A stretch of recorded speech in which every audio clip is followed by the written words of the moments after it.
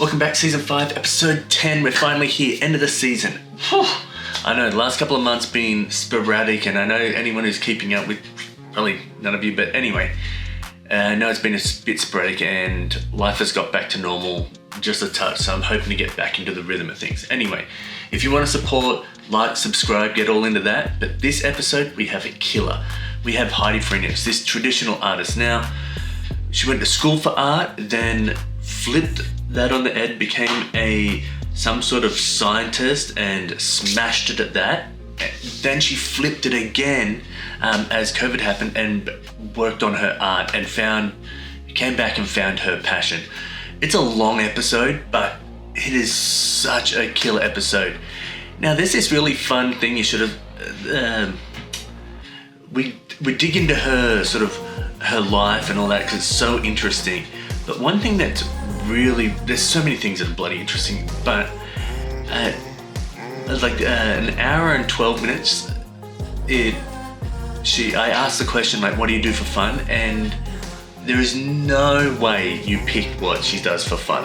Like if you do, comment, like before you get to there, comment what you think it is, and then when you get to an hour and 12, see if you know, because it threw me off in such a good way. And I love when people are not what you expect and how they just shows you like everyone's a little bit different. And even if they're an artist and they're like, no, this is another part of my world, or I'm this and I'm that, and I don't know, people are just so complex in our little bubble and world. But I just love how we all do different stuff, and Heidi is definitely one of those. We talk about her techniques, transitioning from oil painting to acrylic painting, her love for the Pacific Northwest, which is up, anyone that's not in America, it's the top left here, and she just loves it, love for snowboarding, outdoorsy, all this stuff. It's just amazing. So let's jump into it. I hope you have a good one. Like, subscribe, let's do all that good stuff, and yeah, let's do it. Boosh.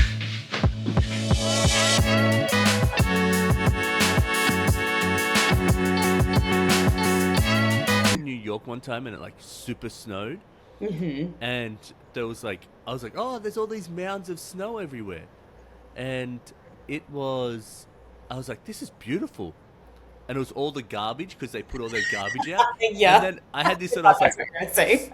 yeah, snow makes everything better.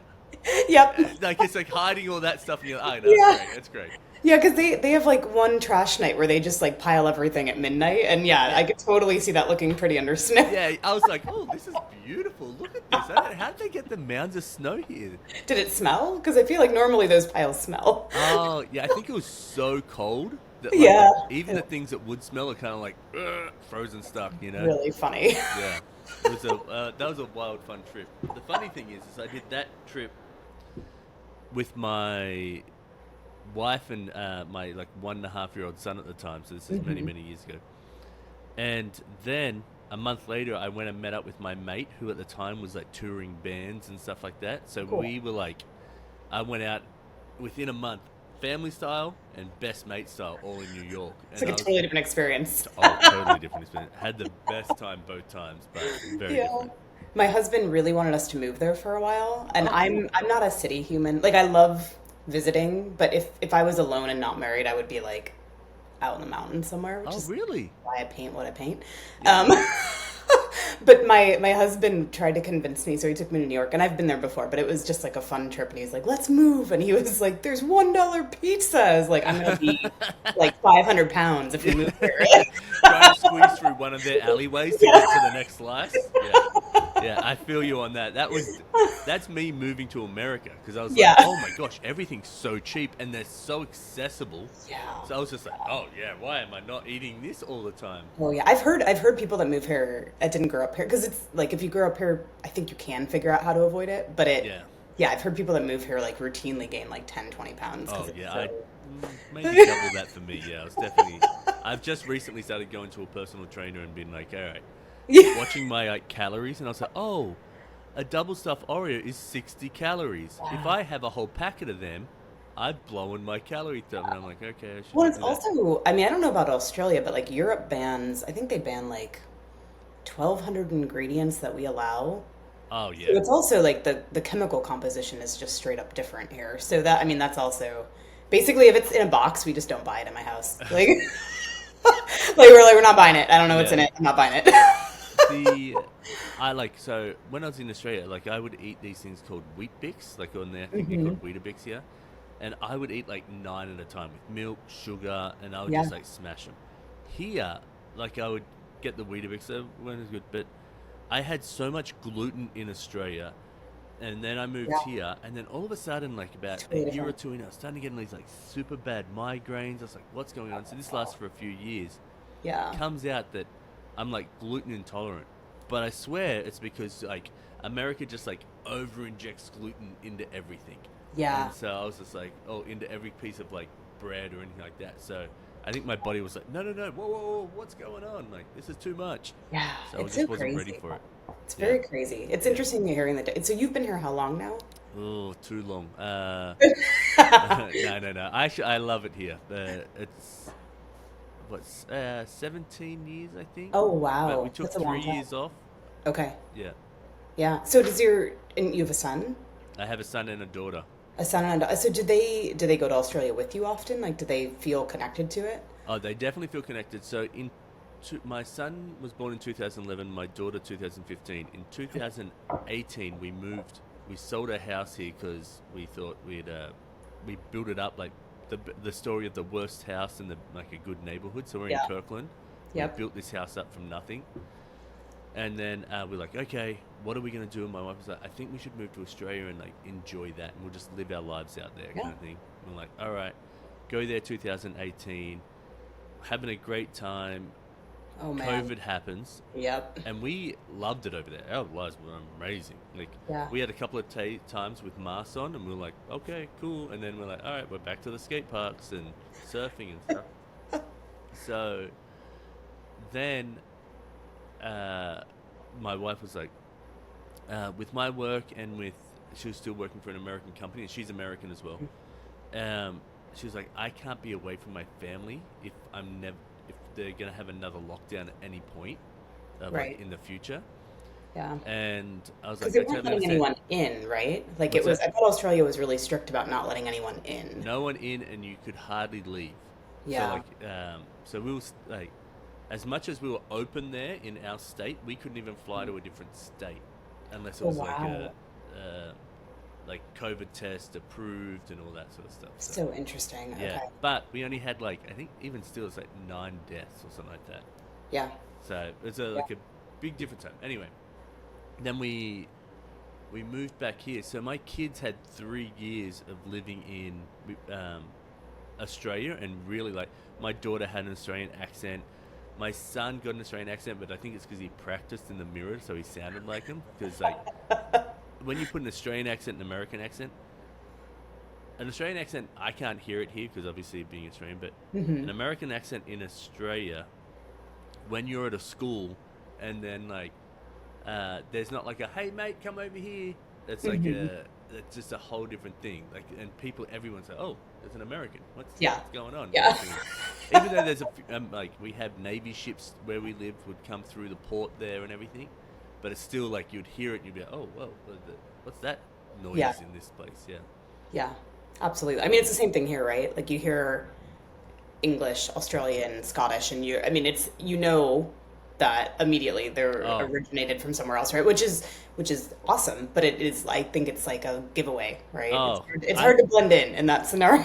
so I think of it. I get this all the time because I get like people in Australia say, "Hey, what's it like living in America?" And I say, "Well, first of all, I'm an Australian living in America, Yeah. and that's like walking through a place with rose-colored glasses on. So I can like, Yeah. I still swear a lot, and people find it charming. Oh, the Australian swearing on the pickleball court or something like that." And so they were like, ha, ha, ha, ha, ha, only you could get away with that. Yeah. And so I can't really say what it's like to live. I obviously know what it's like to live here, but I get it from just one perspective. Yeah. And so, Absolutely. and then when I go to different places that have less tourists go through, Hmm. the interest goes up. So if I'm in a restaurant and I'm down in Alabama or something like that, I was just in Fayetteville earlier this year, and I would like talk, like I'd be like, "Oh, I'm serving this." I'd be like, "Oh, you're from Australia? Oh, hey, what's it like there?" Like, and they really want to like find out. I'd love to go there. And I'm always like, "Oh yeah, cool. Like, yeah, if you get there, go do this and stuff like that, and chat Yep. about." But go to Canada, And and I'm like, everybody, everybody the, expats to Canada. everybody. So I thought there was one time I went up there and I was like, "Oh, I'm going to use my Australian accent because it's really busy and see if I can get that extra Yeah. little bit of like service." And Yep. I was like, "Oh, hey mate, like I was just wondering." And the server turns around and says, "Oh yeah, mate," and we're both like, "Dang it!" She's like, "He's not giving me an American tip, and I'm not giving him the American service to get the Yep. tip." That's I And knew. so we're both like, "Fair enough, keep it moving." That's so funny. Oh my goodness. It's true though. Like we snowboard at Whistler, Oh yeah. and Whistler is more Australians working at Whistler than Canadians. I swear. Yeah, oh Like, no, fully. it's They call it Little Australia, and the big reason is that you can get a traveling working permit and go around anywhere that's Commonwealth, yep. and you can get that really easily, and then you can like stay there for a long time. So like you could be there Interesting. 2-3 years and like stay That's there. awesome. It's very Yeah, cool. and Whistler being one of the biggest mountains that are skiable in the Right. world, is like Right.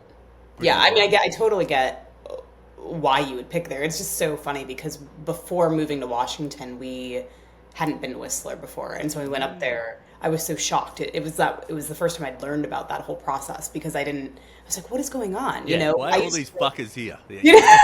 I want a Canadian. Well, no, we used to. So we taught at A Basin in Colorado, Oh, okay. which is a ski resort that's part of Yeah. Vail Resorts, Yeah. and it was interesting because in Vail Resorts, there's like no Canadians or Australians. It was all like South American people, people Mm. from Europe. Like it was a completely different group of humans that had come over to A Wow. Basin to Yeah, I work. never So it really was thought so about that. interesting to me. Yeah. So That's yeah, cool. So you snowboard? I snowboard. Does I the we whole taught. family snowboard?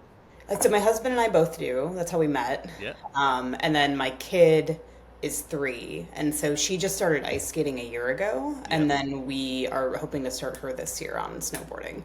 Ah.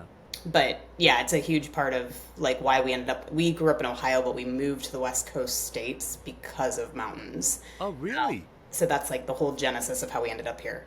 That is crazy. Yeah. So, like, my son loves to ski, Oh, um, nice. and I've snowboarded since I've been here, but I took a huge gap. Like, I didn't realize, like, when I first got here, I was like working an odd job, Hmm.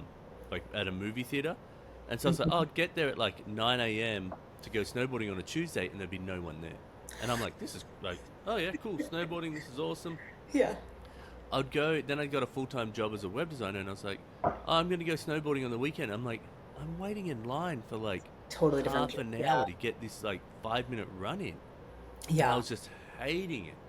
And When so I did just you stopped. start? Like what year? I started snowboarding in 2007. Okay. Got it. Yeah. And I was like, but I will say this. My wife said that she snowboarded, and I was like, oh yeah, cool. Like, we're going to have this like fun time. She went once that year. I went 27 times the first year I went. But the first time we went, she was like, didn't give me really any instructions. She said, oh yeah, you sort of go on your toe side and heel side. Everyone thinks because you've surfed and you skateboarded that Yeah. you like, you know the feeling of it. They Yep. just think going like sideways down a mountain, which gives you an advantage, don't get me wrong. But knowing how hard you got to grab those heel and toe sides is a Yeah. lot different. So the first time I got off a bunny heel, I literally just went into the biggest snow mound I've ever felt, and I was stuck. And then she's just laughing at me like 30 meters down, going like, "Good luck, get out of there."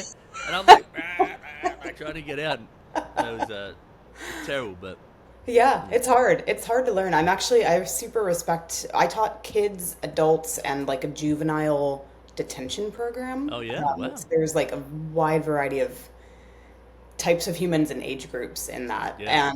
I always thought the adults were like the most. I don't want to say impressive, but like it was most impressive that they were learning because when you've got like a 40-year-old dude learning how to go down an icy mountain for the first time on something that could kill him at 40 miles an Oh hour. yeah. Like, it's impressive that they have the gumption to do it. Because, I mean, the little kids, like, they fall down and they pop back up and they Yeah, forget. And then they know by yeah, the time they're 5 and forget how they learned, you know? yeah, exactly.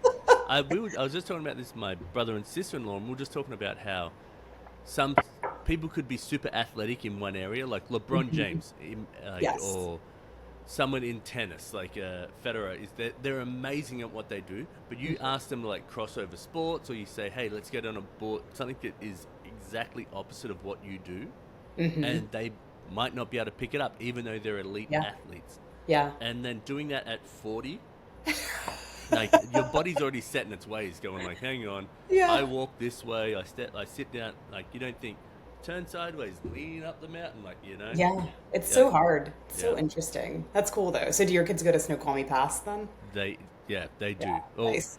my daughter was really into it, and then all of a sudden she's like, "Nah, I'm done," and doesn't want to do it this year. So I was like, "Okay." And then my son still wants to. I will say this, and this might hurt your feelings. It's okay. I, I was a skier too, so if it's about skiing, it's okay. no. I don't think I would ever snowboard again if my kids didn't Oh, no, do I it. get that. I get Like that. it's so much work to Yes. get it, and then you never know what the conditions, especially Yeah. Snoqualmie. Yeah. Because I was up there for the day opener at Snoqualmie, and it was so hard to see, and Yes. also I forgot to wax my board, Oh, no. so I fell off the lift twice because and I'd never had that before. Like, and it got stuck on the ice part just getting off the lift, Yeah. and I flipped over and I was like, I thought the guy next to me had put his like ski pole on me. So I Yeah. was like, what is happening here? Some of it is conditions here. So, Colorado, have you skied Colorado I ever? have not. No, I'm not that So, fancy. yeah, Colorado is. So we learned in Ohio, and my husband and I met snowboarding at a hill in Ohio. Yeah. And then we were like, we're moving to real mountains. And so Oh that's when we wow. picked up, and we moved to Wyoming. Oh And we okay. lived in Wyoming for like 6, 7 years, and we taught in Colorado, which was only like a 2 hour drive. Oh okay. Um, and the snow there, it's always sunny. The only time it's gray is when it's actually snowing, so then the conditions are great. Yeah. And then the rest of the time, the snow is super light. So I Yeah. feel like Washington is a really hard place to get into it because here you fluctuate between like really rainy, heavy snow. Like it's not rain, but it's heavy, Yeah. dense, Yeah. wet snow, down to like very nice powder days, down to straight ice. And Yeah. so I feel like if you're not really into snowboarding, that alone could kill your interest in it, you Oh know? yeah. Yeah. So that's exactly right. So I imagine that I was when I was on the lift going up there. This guy was like, "Oh yeah, like he lives in North Bend," and he's like, "Yeah, I can't beat this mountain. It's 20 minutes from my home. I just come up here, like I can come up here for 3 hours and get a killer runs, and I'm back home in 20 minutes." Yeah. And I'm like, "Okay, that's about an hour for us, but that's totally fine." Yeah. And he was like, "But you go to other mountains, and the conditions are so good because the snow's lighter, like at different regions or like further out." And I was like, "I've only ever I've snowboarded Whistler twice and Stevens, and even Stevens, I was like, dang, Stevens is good." But I was Yeah. like, I'm not driving 2 hours Yeah. out here for that. And who Yep. knows what the conditions are driving out there? Am I getting stuck there? And I'm not a morning person, so I'm not like getting up at like 6 a.m. to get out there is not On the happening. cards. No, no. I would only do that for surfing, and even then, I'm like, ugh, like that's Yeah. tough work. That's fair. That's Yeah. fair. I hear Have, all of that. have you ever surfed? I have. Yeah. And I was resonating with what you were saying earlier about like the trade-off between one or the other is not identical because I can surf and I actually feel like my balance on it is quite good because of snowboarding. Oh yeah, definitely because of that. Process of like getting up, Getting staying up. up right away, Yeah. that took a while. And we learned in California where it's cold. Oh yeah. So we were doing it in Northern California in like not dry suits, but wet suits. And it Yeah, was yeah, like yeah. very, very cold experience. I think it's probably more enjoyable in a place like Mexico or Costa Rica or Yeah. So I was just I was in Hawaii. Sorry, I sound so fucking bougie when I say this stuff, but I was in Hawaii. Was it earlier this year? I can't remember. I don't know if it was earlier this year or the year before, but I was there, and I was out at Honolulu Bay, on yeah. Kauai, Hmm. and I've seen all these from surfing and watching surfing videos. I've seen all these like surf videos and areas from there. So when I'm looking out there, I'm like, I'm living one of these surf dreams. But I'm so at this point, like I'm so unfit. Like I haven't worked out in forever, and I'm there and I'm trying to surf. I got my son floating around like, Pops, come save me. And I'm like, I paddle out to get him. And I'm like, my arms are like jelly. Oh, there's a wave coming. I did not stand up for like, I was out there for 3 hours. I did not stand up That's once. a workout. Yeah. And it's because I was exhausted. But I was also, for some reason, like shit scared of these tiny little waves because I hadn't surfed in so long. And I was on a foamy that was like kind of harder to use. But anyway.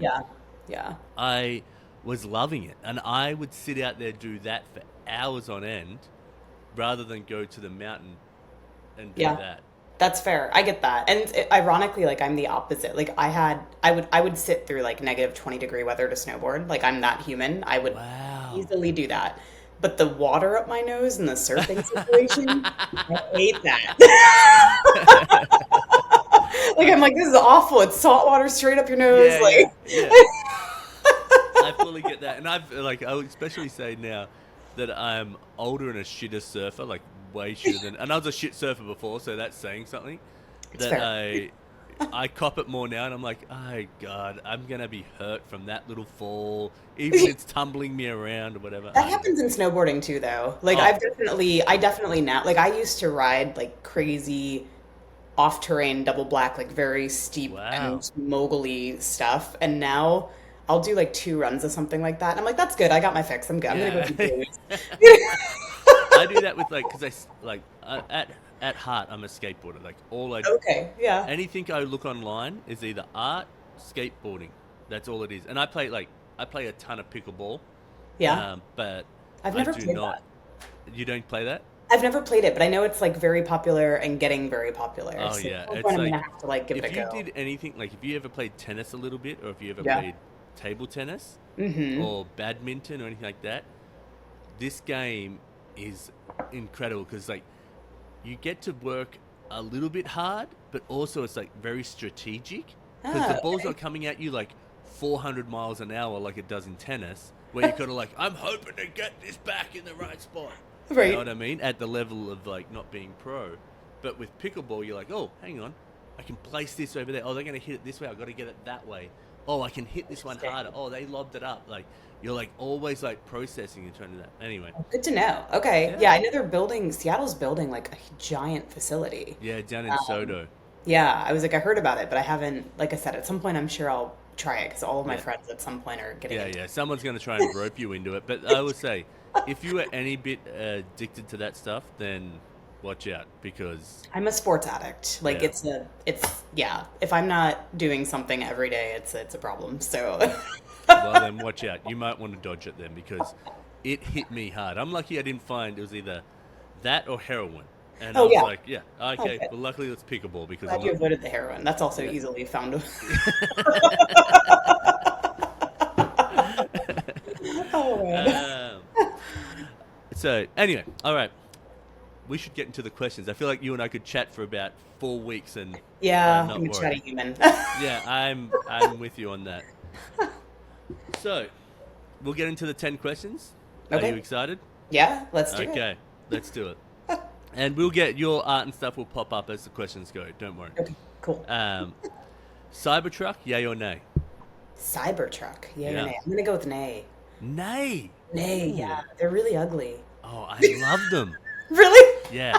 No, I will say this, and I was interested to ask you this, and I was I'm usually interested to ask artists because most artists want something like unique or that's pulled something out of like your art or like my illustration or something like that. I've pulled something out or into the world that's unique a little bit. Yeah.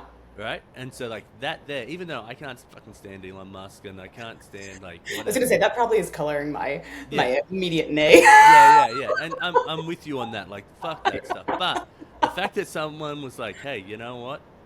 We've built something and it's so different. And but like, doesn't it just look like an angular Prius? I feel like it's just a Prius. I will say this. I have a Tesla Y, and there's so many of them around. I hate. Well, That's I yes. love my car, and I'm like, it just feels like I'm in the Prius area for Tesla. Yeah. Yeah, Yeah, I could see that. yeah, Seattle has a ton of, I think that might be it too, is I feel like everyone here has a Tesla. yeah, Like it's so common. And I do love like the electric bit, yeah, like yeah, not the electric bit, but yeah, I just feel like I'm like, oh, great, another replicate of, yeah, yeah, yeah. I feel you on that. And so when I'm driving, mine still has the old like hubcaps around, and I'm always saying like, God, I need new hubcaps just to make it feel like it's new, like a different than it's just a yeah. Prius. I'm driving a You should black lean Prius. into it. You'd be like, I have the OG model. I'm the OG. There's too many around. I think there's like people that still have the like very first Ys around here and stuff like that. So Yeah. Well, we have they, a Subaru Outback, and we were told by our oh, friends, they were like, "Well, you have the most generic Pacific Northwest car, right?" So, so I can't say anything. I literally just saw a guy. Is it the He's Portland video where he's zooming in? oh yeah, but it was Yeah, like in Seattle. our friend sent it to us and was like, "This is you." I saw that in Seattle, and I'm like, how long till I find a Subaru? And he would literally just drop Yeah. somewhere, turn, Subaru. Drop somewhere else, turn, Subaru. Now, whether he's edited that or not, but I was like, that's totally true. There's No, man, there's at least 3 on our street, and we're, yeah, it's pretty high. there's one straight across my road. But mind you, there's also, I think there's, I'm just trying to think.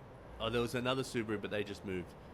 So there was 2 Subarus, but there is actually 5 Teslas on my street. Okay, were they all So, white? That's the question. Were they all white? oh no, so mine's black, other one's blue.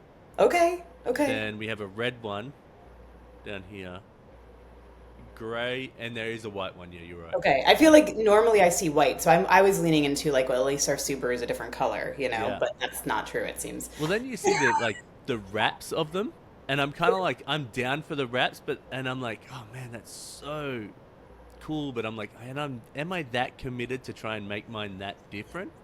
Like, That's awesome. but I will say this as well.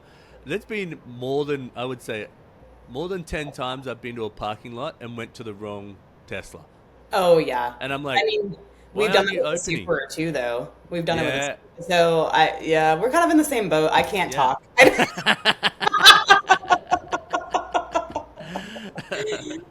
Well, so at least for now, at least if you see a Cybertruck and you're like, hey, I'm in a parking lot, you're not probably going to run in and be like, oh, True. someone else, oh, another Cybertruck, which True. one's mine? Yeah, that's a good point. That is Yeah. a good point. Stick out like a sore thumb. Even though I like the sore thumb. Yeah, that's fair. All right. What do you do to pay the bills? I am a full-time professional artist. That is incredible. Yeah. So, I think we should get in like what. Hang on, I don't know how far to go back. Let's start this. Go with what you're doing now as a professional artist, and I've got questions on that. Like, so are you Okay. painting portraits? Are the scenery behind you? How do we do? So, all Pacific Northwest landscape. Oh wow. So, it's all mountains, ocean, very hyper local to Oregon, up to British Columbia, and over to like, I'd say Wyoming. I know Wyoming's not Pacific Northwest, but we live there, so Yeah. I go as far as the Rocky Mountains. But yeah, that's my thing. I launch collections every month to month and a half. Oh wow. And I'm very lucky that it's working and it's my job. But I started painting again. Do you want the background or no? Oh, I was just about to ask about the background. But before I get into that well, maybe your background would lead into it, but why did you choose like scenic to bit? And then also, are you going and photographing these, or are you like going and finding this on like Google View and like your style? How did you find your style? How all that? Like, let's wrap that all in here. Okay. I love it all. Yeah, it's all tied back to the genesis of how I got into it. Okay, So cool. I'll give you the quick. Love it. It's not Love quite, it. if it's quick. You can edit it. Nah. These people have to sit through it. Fuck you guys. This is this person's artist journey. I'll be like 3 hours later. No. I've got a full beard. Yeah. How did it go? What was your first pencil you picked Yeah. up? The 4B. No. Yeah. So I was an art major, but I grew up in Ohio. The landscapes are not compelling in Ohio. Like, You get really pretty color change in fall, but that's it. And I liked landscape, but I didn't paint it then. I actually painted people because when you learn in art school and high school and all the times where I'd learned, they tend to put you in a dark room with humans or busts of humans and you learn how to draw shadows. And so I was doing a lot of portraiture, and then I majored in art. And I majored in art in Cleveland, Ohio, where I grew up. Oh. And my husband and we met super young. We met at 15, and Oh, we'd been wow. together for like 5, 6 years already. And we both wanted to live in the mountains, and we were like, "Screw it, let's get married." So, so we got married super young. We got married at 19 and 20, Wow. and we moved to Wyoming. And we moved to Wyoming because Colorado and Montana were double the cost of Oh, yeah, university. I bet. Yeah. And so we moved to Wyoming and we are like, well, we're close to we're in the Rocky Mountains, we'll find snowboarding. And so we moved, I majored in art there, and basically we taught snowboarding on the weekends at A Basin, and then we went to school during the week and worked full time. So it was like a crazy stressful I bet. university experience. Yeah. And in that process, we were also like real broke because we were married and living in another state. And so all of a sudden I was like, oh God, how do you make money with art? I need to pay off the loans for school because school's here expensive. And so so expensive. I was like 3 years into an art major painting people. And I was like, I don't really like painting people. And also, who's going to buy a picture of a random human in their house? Like, I was just like, in my head, I was like, there's no way I'm going to make this into a living. So I guess I had a little bit of like fear. And so I pivoted and I majored in biology and genetics, in Oh, wow. zoological genetics. And zoological genetics means for me, it was studying ecology. And so my job turned into collecting samples from animals, non-invasively, not in a way that hurts them. Yeah, yeah. No, you're not just going around like Steve Irwin. Oh, No. mate, here we go. I'm going to stick my thumb up his bum. Not like that. There's no stingrays. No. No, but we were like, basically I camped, collected samples, took them back to the lab, ran PCR. I did that while I was in college, getting my major in it. And then when I graduated, my husband got a job in California. So we moved out to California. I continued to work in research, and I did that for 15 years in different Wow. capacities. So anything from ecology to medical biology, I ended up doing all of it through genetics. Wow. But the whole time, I'd stopped painting. I basically went from like 3 years of art major, my whole life of painting and creating, to just like nothing because I was overwhelmed with work and busy and traveling for work and just didn't touch an easel forever. Wow. And then COVID happened and I started painting again.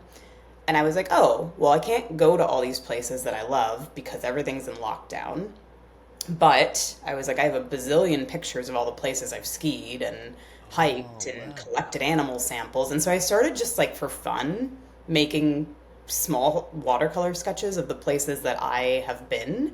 Yep. And so I basically started posting on Instagram because I wasn't seeing a lot of people during that time. It was kind of isolating, right? So I just started posting on Instagram and being like, here's what I'm working on because nobody's got anything to do but drink and do art right now.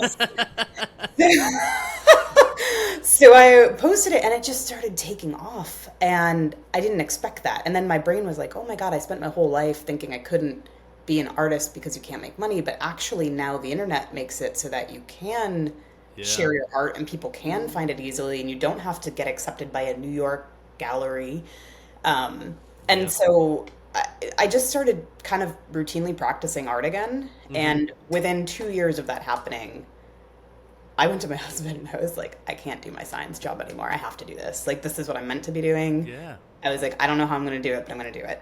And so I basically came up with like a dollar number. And I was like, if I can hit this much money in selling my art, then I'm going to quit my full-time job. Yeah. And so I actively started like building a business plan. I started creating bigger artwork, like this kind of stuff. Yeah. And just seeing if I could sell it, and it was working. And so about year 4 of me painting, I resigned on January 1 from my biotech job and peaced out. And I've been doing this ever since, and it's awesome. Like, I love my life. So I have 2 questions there. So the first one, when you're leaving the job and you're telling people like, hey, I'm leaving this, are they cheering for you or are they like, Yeah. what the fuck are you doing? Like, Both. yeah. It was overwhelmingly supportive. Like the Oh, majority okay. of people are like, "Holy hell, that's awesome," which is what was cool because I really didn't know what to expect. Yeah. There was a lot of like quiet apprehension in the questions they were asking. Like no one was like, "What the fuck are you doing?" Oh, But there okay, was a okay. lot of like, "So like, tell me about this. Like you can make money on art, you know?" Yeah. Well, still So there's now. definitely like a "What are you doing?" but quiet. Yeah. So where we met, you were up at Suncadia Resort, and you had a pop-up stand there. Is that how you sell most of your work, or is it through online? So mostly online. Okay. The gallery thing is important too. And Yeah. so because I have a traditional training in art, I Yeah. knew I'm lucky in that I knew kind of the different realms where art exists. So what I did is I started on Instagram because I figured if I can make my own revenue off of my direct business, then I Yep. know that I will forever be able to reproduce that in my life, and that Yep. means I can do this. Like this Yeah. is a Yeah. viable career path. Yeah. And so I started there. I probably do 80% of my revenue direct about. Oh, wow. And I do that through my website and social media. That is And great. then Are you doing about advertising as well to try and push it to other I people that don't? do, so most of it is just really targeted social media. Like a lot of people use social media haphazardly. Like Mm-hmm. they go on, they post once, they get 10 likes, they hate that they only got 10 likes and they bounce off for 3 months and then they're like, Instagram doesn't work. Yeah. I took a different approach. This might sound kind of weird, but like, I like people. I try really hard to be a kind human Yeah. and I feel like you on that. be a good person. But Yeah. also, if someone doesn't like me, it's fine. It's Oh, okay. yeah. There's billions of humans in the world. Not everyone is going to hate you. Like, so Instagram doesn't stress me out. Like social media does Yeah. not Yeah. stress me out. I'm going to post. If someone likes it, great. If no one likes it, well, then I'll pivot and figure it out. Yeah. So I kind of always took the stance of like, if I keep showing up, then eventually there are enough humans in the internet that someone will find my work. And I Yeah. paint things that other people see, you know, like I'm painting places that people vacation, that people Yeah. gravitate towards. Like Washington's a stunningly beautiful state, Yep. and there's a lot of people who feel about it like I do. Yep. So I knew that if I kept showing up, so basically 80% of it is me doing that, like a very targeted every day. I'm on social media, putting things there, showing Yep. people my process, posting photos, like giving them a peek behind how I actually Yeah. create. Yeah. Yeah. And then I also am in 5 or 6 galleries around the state. Oh, And so cool. that's like the other side where it's more of the traditional art world. Yeah. And I have a foot in there. And then I do the market. So the market's like I do maybe 3 to 4 a year. Oh, okay. And So that's it's not like you're like every weekend. Oh my gosh, no, let's pack it up. Let's get out there. Yeah. no. I like people, but I'm an extroverted introvert. Oh, you and Like me are I like the same fucking personality, Yeah, right? like Yeah. I really like talking with people. I love interacting with people. I love one-on-one interactions. I get super stressed if it's my routine life. Yeah. And so I need that downtime. So the markets are purely to like go to places that I know people generally like the places I'm painting and also at Yeah. the right times. Like Suncadia has that Christmas market. Yeah. Yeah. Yeah. It makes sense to go to a market during the Christmas time when everyone's shopping for Yeah. gifts. Yeah. Yeah. Definitely. So yeah, I do that. Edmonds Art Festival. I'm applying to Bellevue this year. So like Okay. things like that are Yeah. things. Yeah. Yeah. So I love that couple of prong approach where I think a lot of people try and like go, oh, hey, I'm all in on this, but you don't realize you need to be like to be in on this. You got to go like yes. that to get it. But Yeah. And I'm a big picture thinker. yeah. So like when I was planning this all out, I was like, there's a bazillion ways to like the important part to me is creating, but there's a bazillion ways to make money. Yeah. And those are two different questions and two different Yeah. processes. And so I was like, there's the how do I make this my job because I love it? And then there's the how do I make income off of this? And Yeah. that's a different question altogether. And that's a business question. Yeah. So, Yeah. That's really a good take on it. So back to your actual art style. Uh, when we spoke up at Suncadia, you were saying that you used to work with oils, and now that you have a kid, you're like, oh, now I've transitioned to acrylics, and we're yeah, both like, oh, the smell, the turpentine, all that sort of stuff. yeah, You're like, you can't have that stuff in the yeah. house, and it's just ruminates everywhere, even if it's in the Yes. garage. You know what I mean? It just somehow Yes. flows. It's on your hands. It's in your clothes. Getting rid of it's really hard too. Yeah, yeah. But with acrylics, like, did you find that you had to like change the style a little bit, or did you have to like In the beginning, yes. Yeah, Now I don't. yeah, It's because I didn't know, like, I try to think of it this way. Like, when I was in science, uh, there's how you develop an experiment and there's the tools you use, right? yep, And if you don't know how to use the tools, then there's a really slim chance your experiment's going to work out properly. Art is the same. yep, yep, So the concept behind how to do oil, acrylic, any kind of like thick opaque paint for the yep, most part, it's the same yep, conceptually. But in practice, you need to understand the tool you're using. yep. And so when I first started with acrylic, what drove me nuts is with oil, you can move your paint on your canvas for like 3 weeks if you want. Yeah. You Oh can wow. literally keep adjusting and manipulating and changing things, which is also a curse because Yeah, yeah, if yeah. you're an over perfectionist, you could Be never there end. forever. Yeah, yeah, But that was really challenging with acrylic because acrylic dries really quick, and it does. so Yeah, you would blend together and it just dries within like 2 minutes sometimes. yeah, And so that was a challenge, and my style changed when I first started with acrylic. To be honest, it was worse than my yeah, oil yeah. Of course. Yeah, because I was like, oh God, like how do I get colors to blend? And so then I went down an expedition of like, okay, I need to learn everything I can about acrylic paint. Like I need to understand how it works, why it works, what mediums exist. And so I went to art stores and talked to representatives of the product lines I was using. yeah. And then I also went to workshops with various artists throughout the West Coast area. And I Wow. just took in what people were teaching Yeah, and then yeah, took what I liked and what would help me in getting my artwork more, I don't know, just more into the style I wanted it to yeah, be. yeah. So what I've settled on is I paint very much like oil now, but I Well, do it with acrylic. well, that's Yeah. why when we were up at Sun Katie, I was like, "What are you using?" Because it didn't have that oily look, like feel to it, Yeah. but it still looked like an oil painting. And I was like, "How?" And like, then you're like, "Oh, I use acrylic," and I'm like, "That's not how I see acrylic working." But sure, you've got a magic touch. Yep. So there's in oil you can do basically different, it's thick to thin, thin to thick, like Yep. different variations of how much of the paint is mixed with the medium. Yep. And with acrylic you can do it too, but you just have to do different mediums. And so basically I'm doing that with my acrylic work. Um, Ah. so thick over thin. And that's why it looks more oil-like. But the truth is, because I'm using acrylic, I can get paintings done quicker.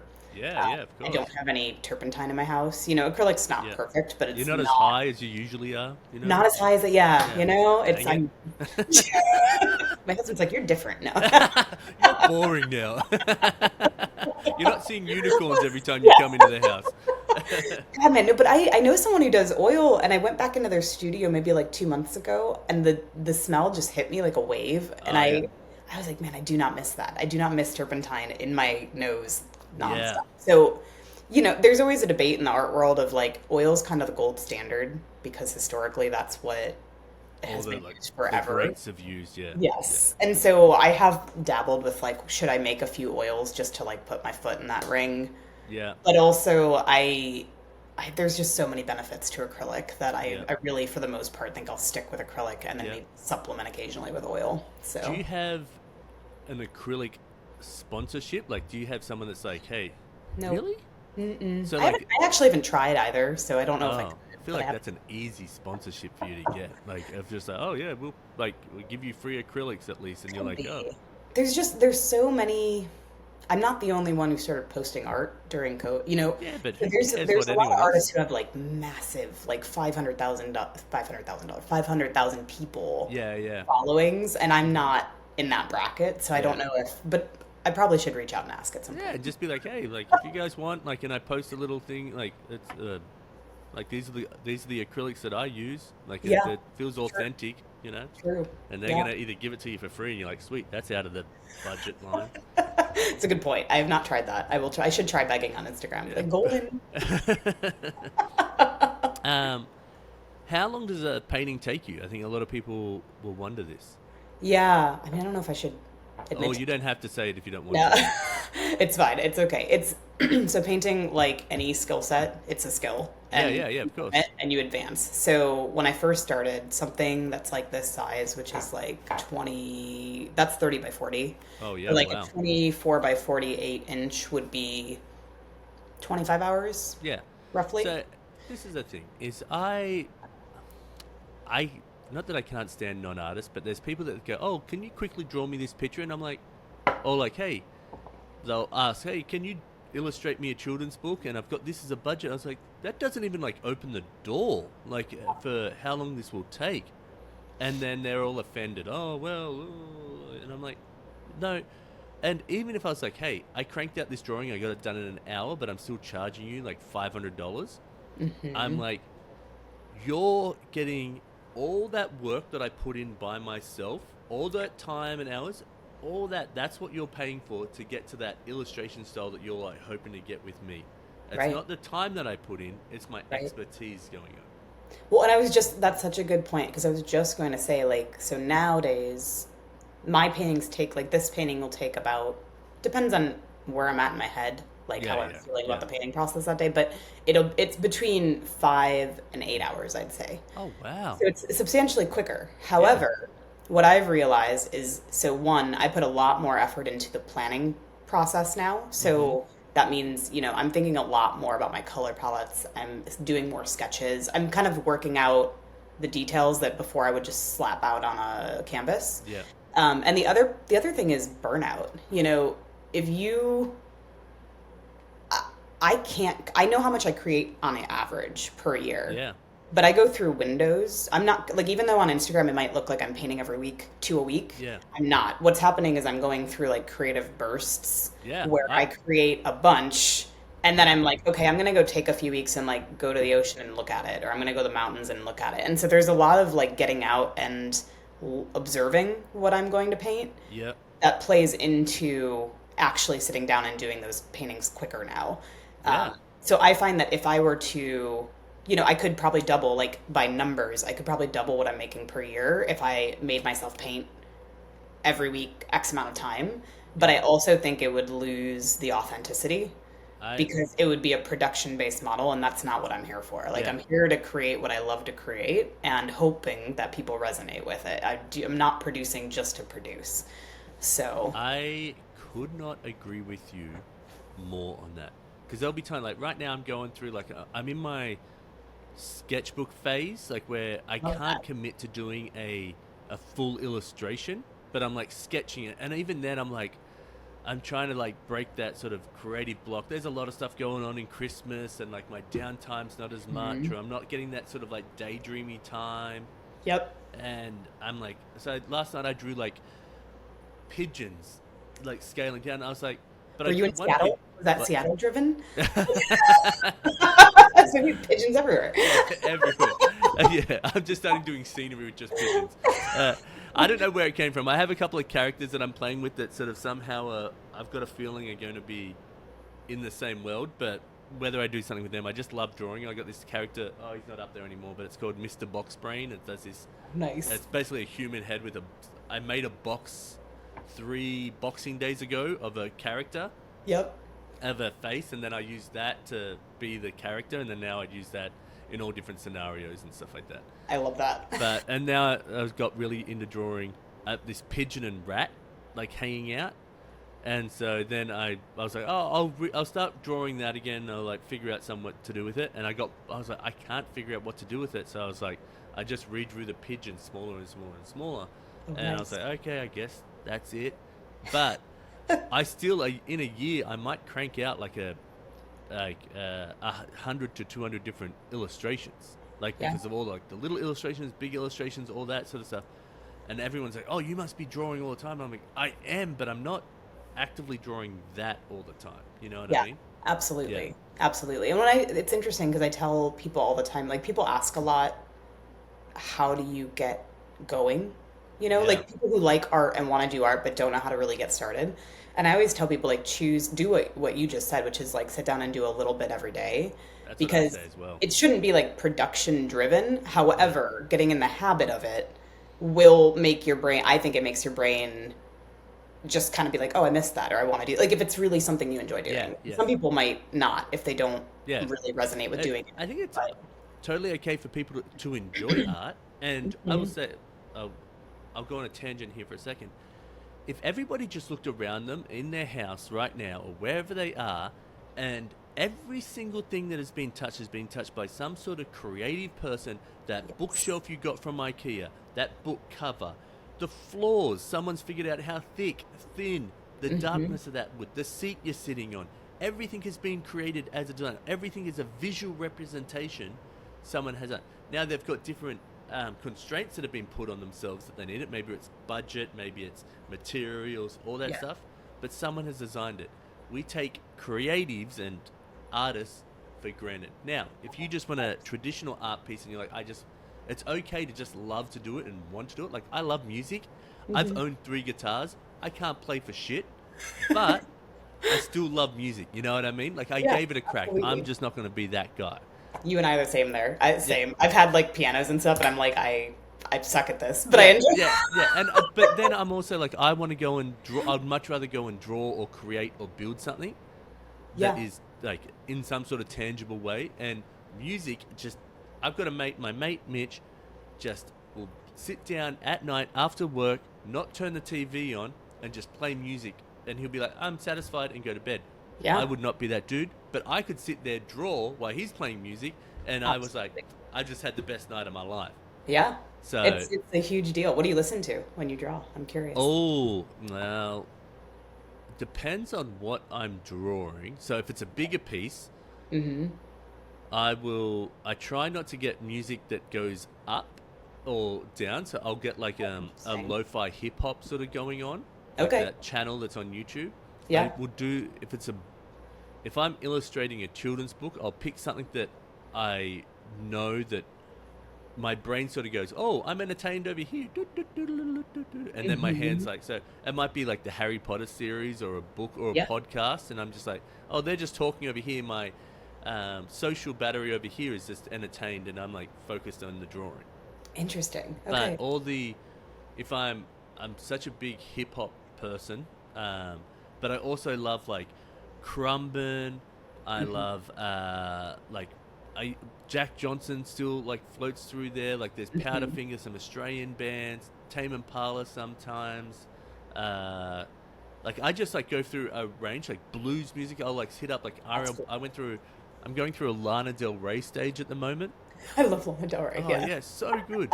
And I'm like, so I'll just and I don't know if it's the way that my head work or artist head work, where you're like, oh, I've got an idea, I need to do that idea, or like in the music, oh, I want to listen to that artist, and I will like beat that artist up in my brain for like Yeah. 2 weeks, and I'll be like, I don't want to listen to that anymore. That's so funny. I do that. My husband was actually Maggie Rogers. I've been on like a Maggie Rogers kick. Oh, okay, yeah. My husband was like, why are you? I'm like, I don't know. It's just a phase right now. Yeah, I feel I do the same thing. It'll be with anything. Like I'll get into, for some reason, like I'm not a car person, even though I brought up the subject. I was into like restoration car shows for like a solid 6 months. I would stay up late because my wife didn't want to watch them, and I'd watch them late before I'd go to work. And I'm like, okay, I got my fix. Oh, and then I would like. But it was just something that ticked in my head. I was like, okay, I want to see their creative process of building these like these cars and stuff like that. And Yeah. I just was really into it. And then all of a sudden, bang, can't stand watching it. Like, So can't, interesting. yeah. Yeah. Do you feel like you need to dissect it? Like, is it something like you need to figure it out? Like, figure out something about it? Oh, I don't think that. I think it's my brain just like trying to like absorb something that Interesting. yeah. Okay. I don't, maybe now that you've put that in my brain, I'm now going to have to try and dissect something. But like now it's another thing I need to add to it. But I asked because it's like a notorious joke in my friend group that I'm the why person. Like, why? Like, I never take anything at face value. I want to know me why. neither. Yeah. And My so, like, wife hates that. Yeah. Oh, my husband's like, stop. Like, it can just be. And I'm like, no. No. Like, but I need to know why that person's thinking that Yeah. way in this situation now, but it Why? doesn't matter to you. But I'm like, it does. As a society, we need to Yeah. understand Yeah, that. we have to figure out the psychology in order to make a new solution. Yeah. Yeah. I feel this. Yeah. So I've always felt like art people and musicians too is like very driven by curiosity and why. you know, and try and understand. And I think that's why I like science so much, because it's the same. I love science. I'm not. So I would say I did not go down a scientific road at all. But I will sit there and again, like I'll listen to Neil deGrasse Tyson about his like star talk and stuff like that, and I'm like, or my daughter, she's very similar to me. She'll come in and be like, "What's a black hole?" And I'll be like, "Oh, look up black holes." And then we'll be there for like 3 hours, like black holes, black holes, black holes, and then we'll be like, "Oh, we got our fix." And then like I hear her talking about black holes to people over there, Awesome. and I'm like, it's very the curiosity of everything is what sort of still keeps me happy and drives me. You know what I mean? Yeah. I hear you on all of that for sure. So taking that with the curiosity of your artwork, how do you ever get to a spot where you're like, hey, I've done so many landscapes, what's a new place that I can do? Like, do you try and find a new one? Yeah, I do. So you were asking like earlier on a little while back, like, do you go and get your reference photos? Yeah. So for a long while in the beginning, I worked off of photos that I'd already just previously taken. I never use Google or anything like that because copyright infringement, all that. And if I'm going to use someone's photo, I ask them, like, I'm saying, are you okay with me painting it? But yeah, so for me, I love Washington. Like Washington, as someone who grew up in a flat farm state, this place is like, it's crazy. Like it's the closest thing I have found to Switzerland or Iceland in the US, right? Like, oh wow, volcanoes. I've never heard that. Like comparison. Like, that's amazing. I mean, Iceland we've been to Iceland. We've been to both. Like we've been to Europe and Iceland, and they're the same thing. But anyway, we've been to all over Europe. And like the thing I love most in Europe ecology, when you get a place like Iceland, is just like how fantastically mythical it is. And I feel Washington has that. Like you've got these crazy, foggy, mysterious oceanscapes, and then you've got the crazy volcano glacier combo, which is also a kind of a mind bend to think about. The fact that you can drive across 520 and there's a day when you're like, there's no mountain here, and then the next day you drive and there's like, there's a massive mountain there. Where have you fucking been? You've been hiding. Peekaboo.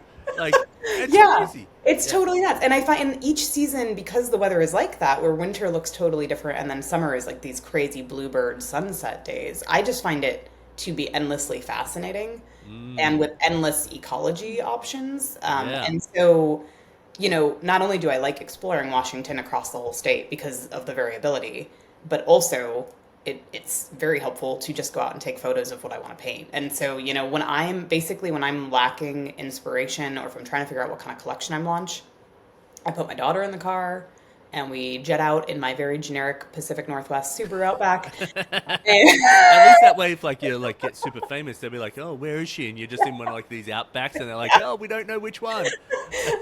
They're all Heidi. No.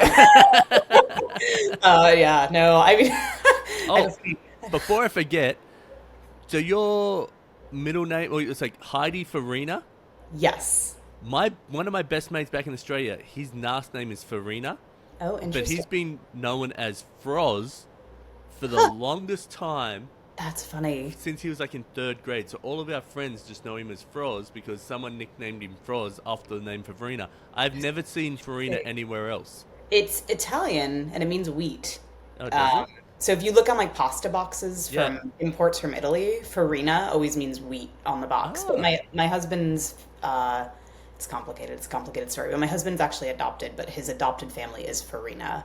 Oh, and wow. So, yeah, are. My son is adopted. Oh, no way. Yeah. Okay. Very cool. Yeah, we just found out a little while ago, but yeah, so it's Oh, okay. That's very fresh then. it's very fresh, but so basically his dad is completely Italian, I believe. Yeah. And they are northern, and I think he's northern and southern Italian by ethnicity. Okay. And so Farina is like, I'm assuming at some point they had farmers in their family or something, right? Yeah, to have that last yeah. name, but yeah. That's awesome. You just don't don't hear that. Anyway, sorry. Back to what you're saying. Sidetrack as I always do. Gosh, what was I gonna say? So you get out to the car, you go. Yes. So basically, I just take my kid.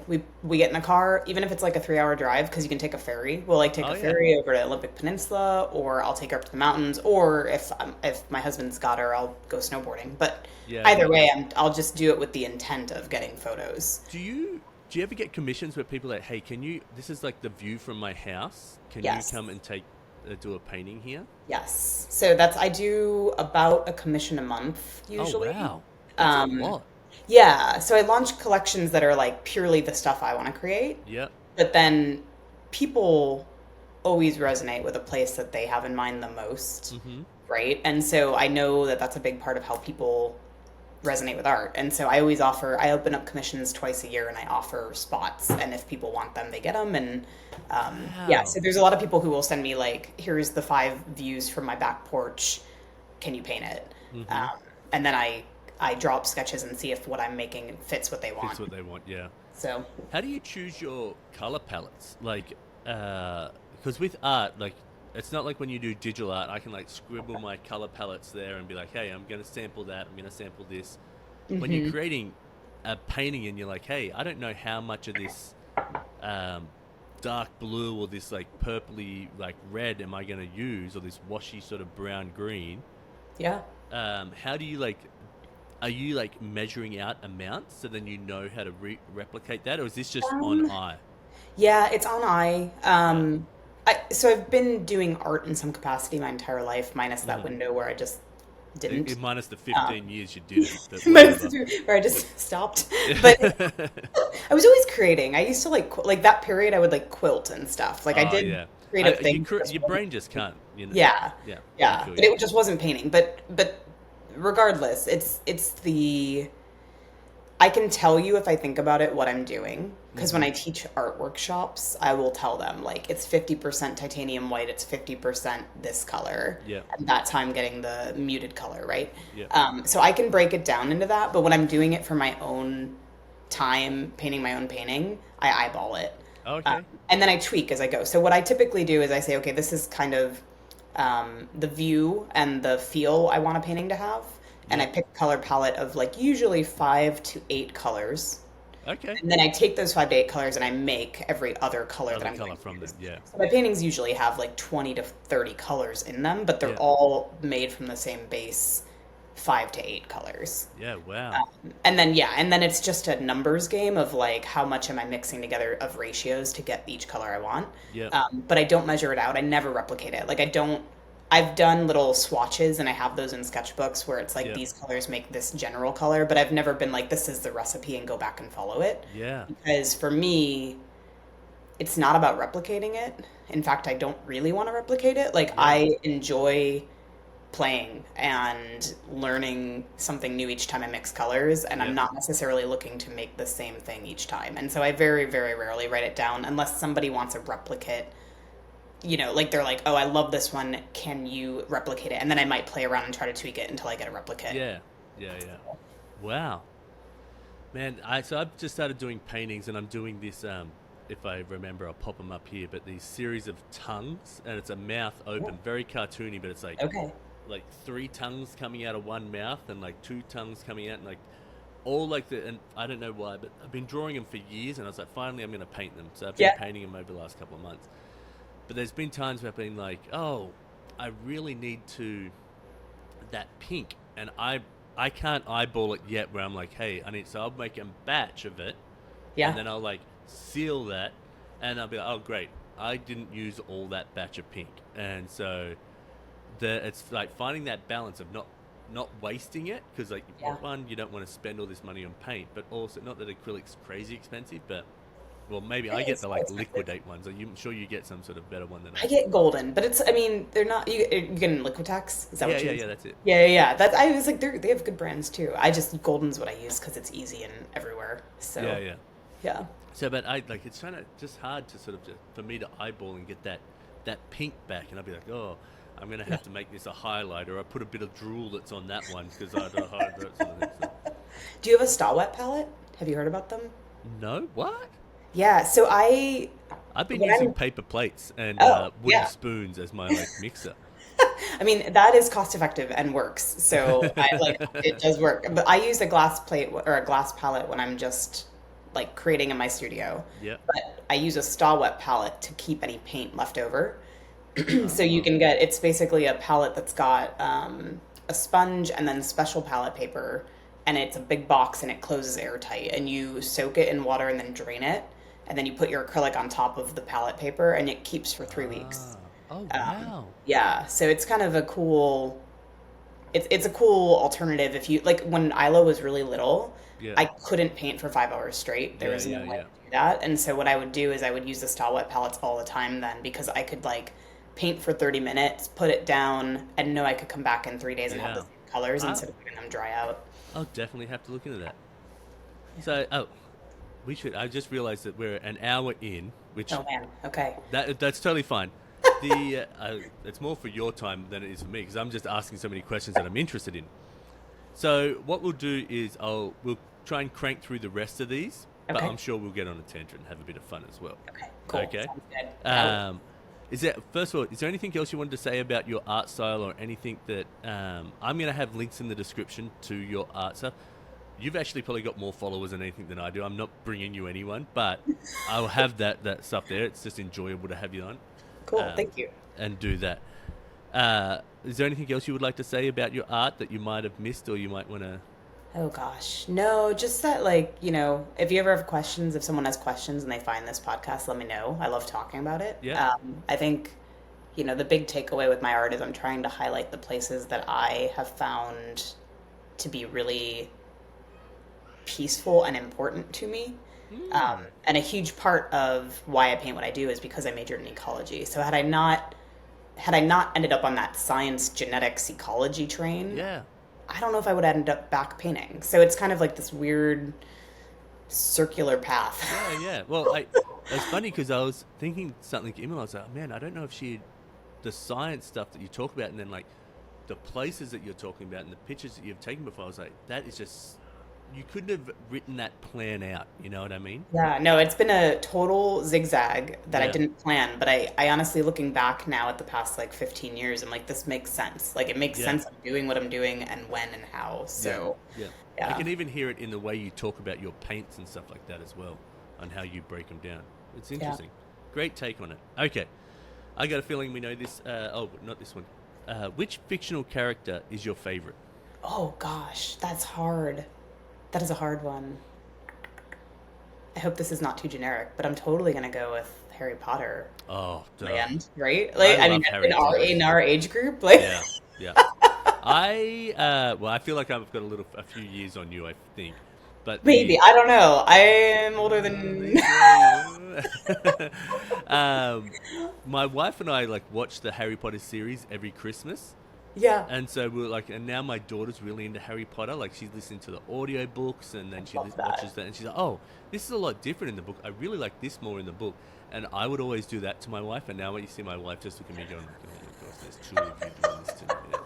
That's awesome. Do you like Lord of the Rings too? I like the movies. I have not Okay. sat through I have not read those books though. They're pretty intense. Yeah. Yeah, we're big. Like, I like Lord of the Rings, Game of Thrones. Game of Thrones was Yeah. great. The first like Yeah. 5 seasons. I mean, crazy. Yeah, gnarly. They're gnarly to watch. It's Yeah. Then the last couple, you're like, oh god, okay. yeah.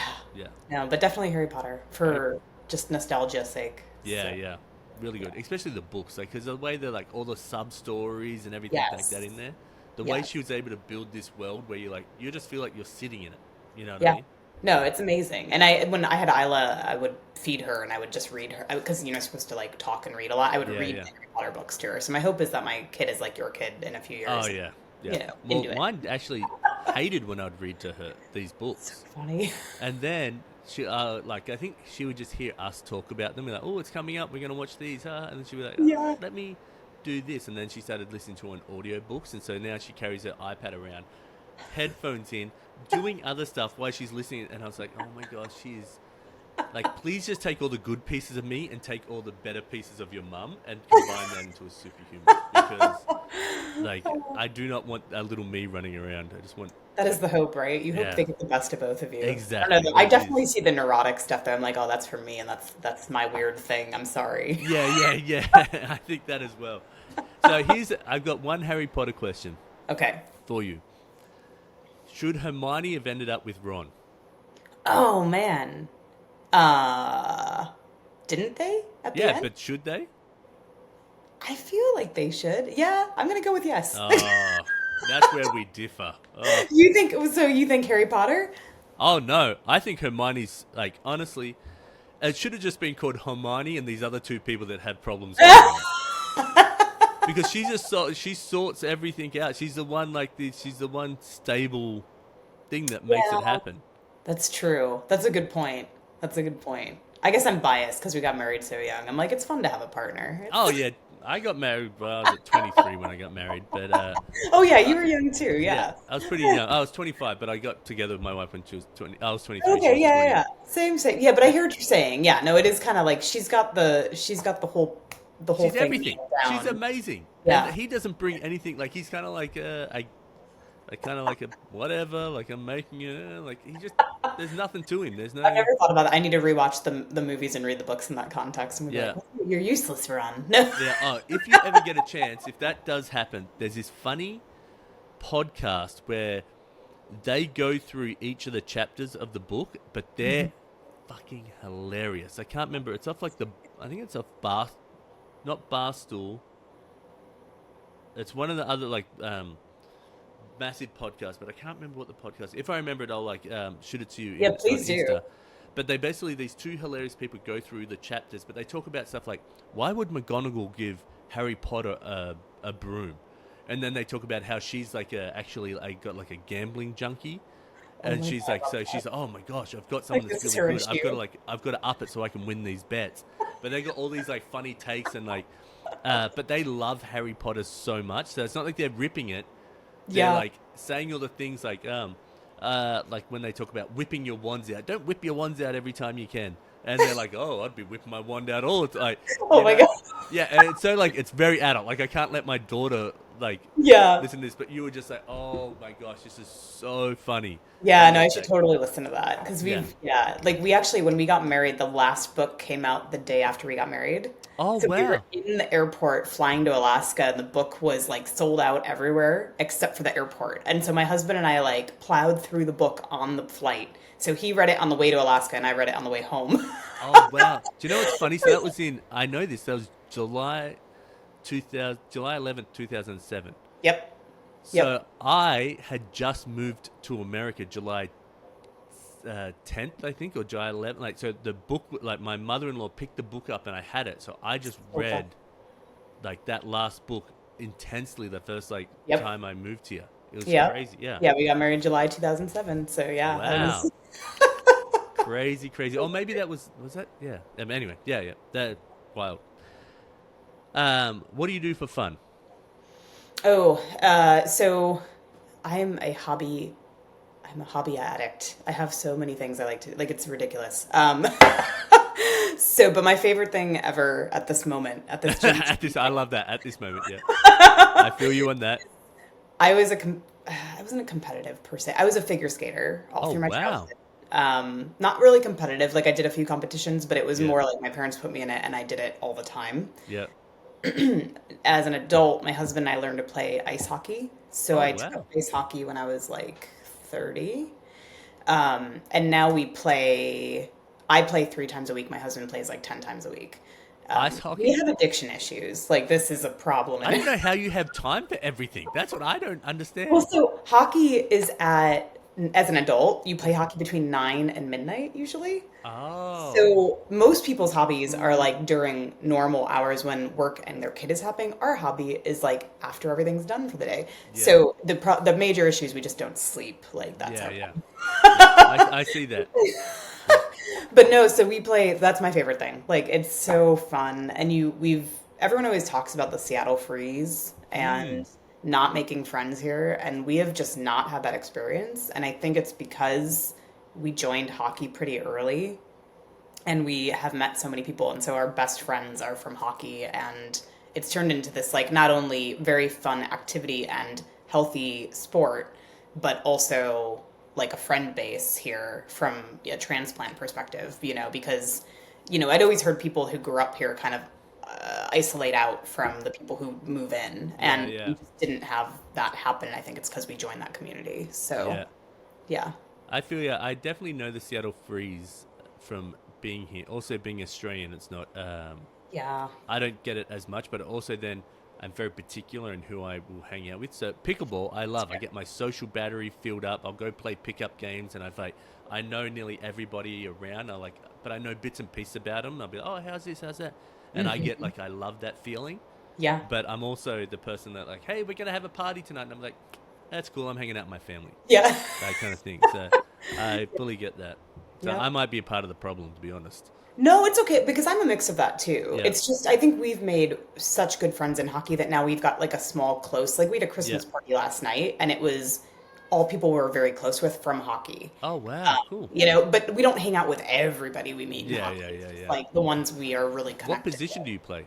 I play defense. Defense? Yeah, my Wow. husband plays defense too. I bet you if we put the question right at the front of this, what sport do you think Heidi plays?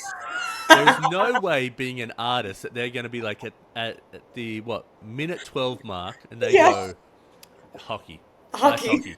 Ice hockey. Yeah, they're not in that. Ice hockey. Yeah, and we're addicted to it, and we do this multiple times a week. There is no way. Yeah, we're pretty odd humans. My Nah, husband that's and the I have best really type of eclectic humans to be. taste.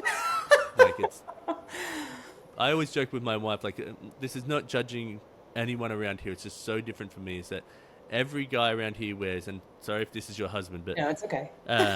wears jeans, runners, a shirt, and then a puffy Patagonia vest. Not my husband. He Yeah, refuses to wear that outfit. Oh yeah, and I said to my wife, I was like, if you ever see me wear that, I've given up so deep down that you should just take me out like old Yeller and just be like, you're here now. Just die. Seattle's it's like the town where everyone looks like they're gonna go hiking. Yeah. Doesn't mean they do hike. No. But it looks like they're going It's to all on their profiles. What do you love to do? When I ask this question, they'll be like, oh, I love to go hiking.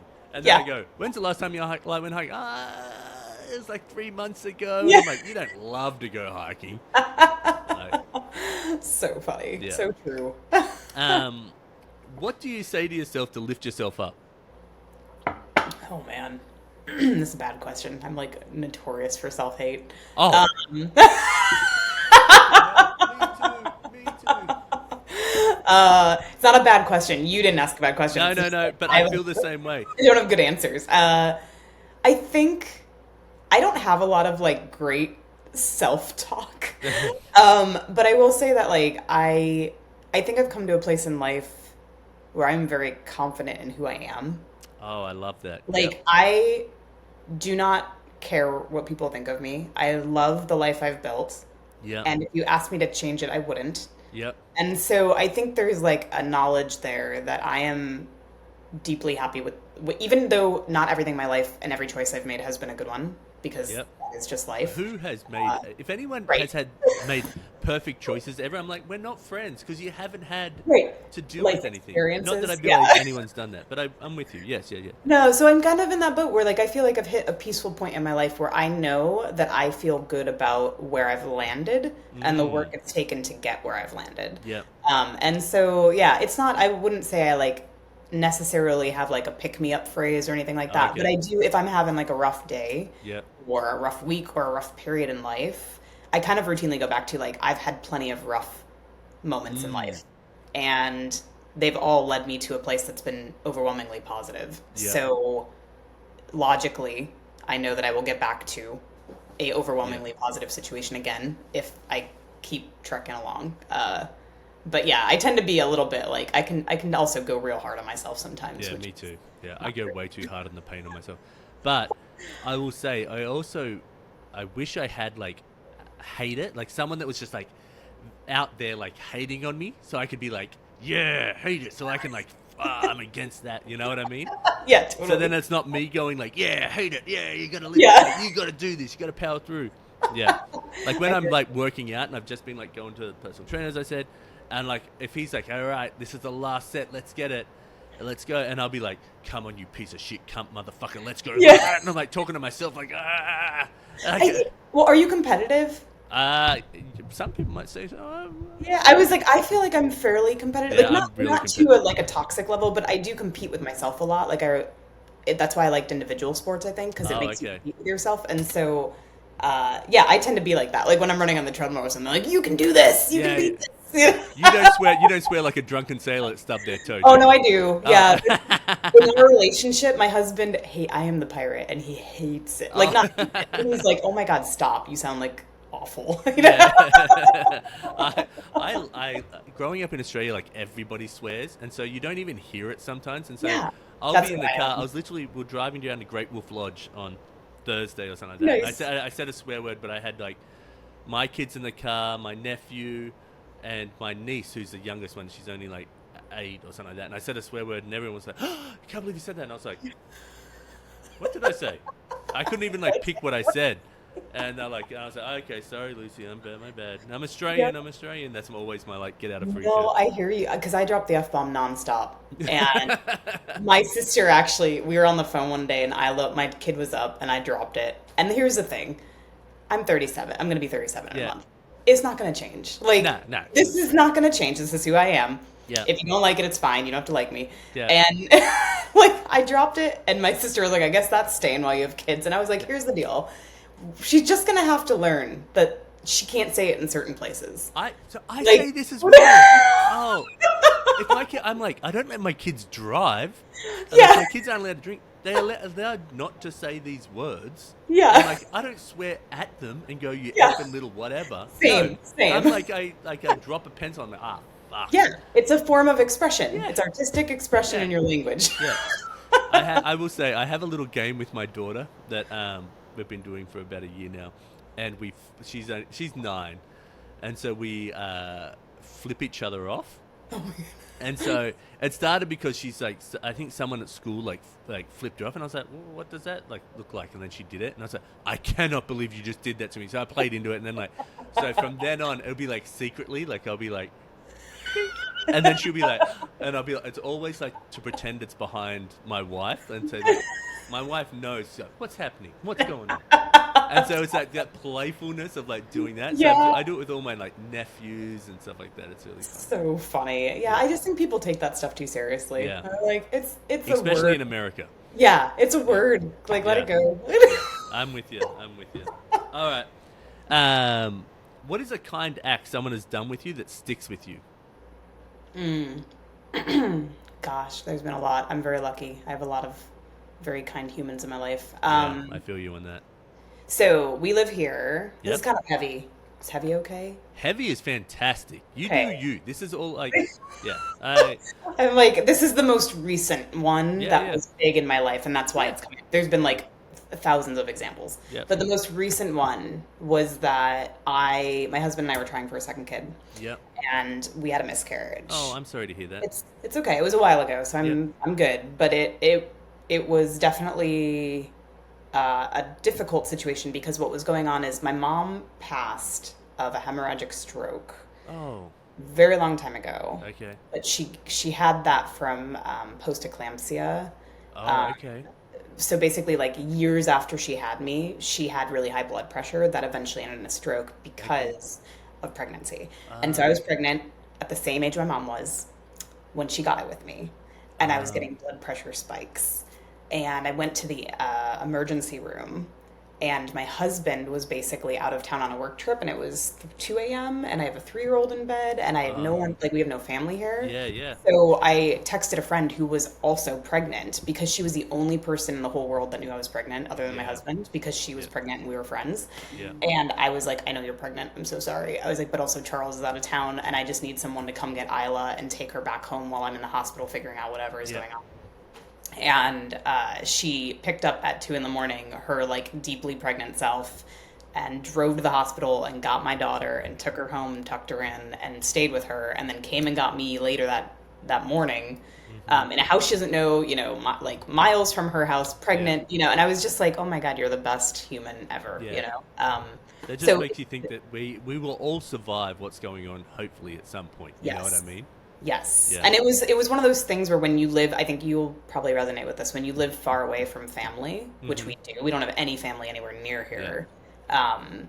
It becomes like you're almost feeling like an imposition on humans sometimes Oh, I because feel they're that all not the your time. family, and I'm like, I need help, but also I don't know anyone here, like my siblings or my dad or my, Yeah. you know, it's just different than Yeah, reaching out yeah. to family.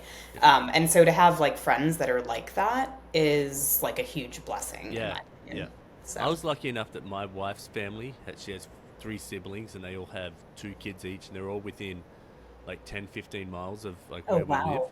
and they Okay. all get along really well, and Oh, like that's so it's really awesome. enjoyable. So there is times that I can reach out, but even still, there's like a line where I will be like, well, I'm not going to reach out and ask for that, or I'm not going to reach out for an Right. ear to land on because that's not their problem. But Right. mind you, I also still do that to my mates back in Australia, and I've got mates that like, why are you going through this on your own? Reach out to us. Yeah. Like, but I'm like, nah, it's like I'll just push it down with the rest of the stuff, you know. But It's easy to do that. And I think it's yeah, easy to feel like an imposition on people for yeah, sure. That's that's cool. Is your amazing. wife Was this from an Washington? ice hockey like friend? Sorry. It is actually. Yeah. Classic ice hockey, bringing it back. I love it. It is. Yeah. I met her through Is she hockey. also on the ice as well, or is she? No, she plays. Yeah, she actually was on my husband's team, and then my husband was like, "You two would really like each other. You should hang out." And so we Oh, got that's to know each awesome. other, and now like her and I are good friends, and Yeah, it's funny because it all happened through my husband and ice hockey, and yeah, otherwise I wouldn't have known her. yeah. So, That's amazing. That's incredible. Um, what? Who is someone you would alive that you would like to meet? um, I think I'm gonna go with Chihuly. Oh, interesting. Yeah, so it's actually funny when you were making the comment about the Subaru, like if you get famous. Yeah. So I had a moment, this was years ago when I wasn't painting yet, where he walked into Giddy Up Burger in Fremont, Okay. and I was eating lunch, and I knew who he was, and I was like, "Oh my God, it's Julie!" Oh yeah.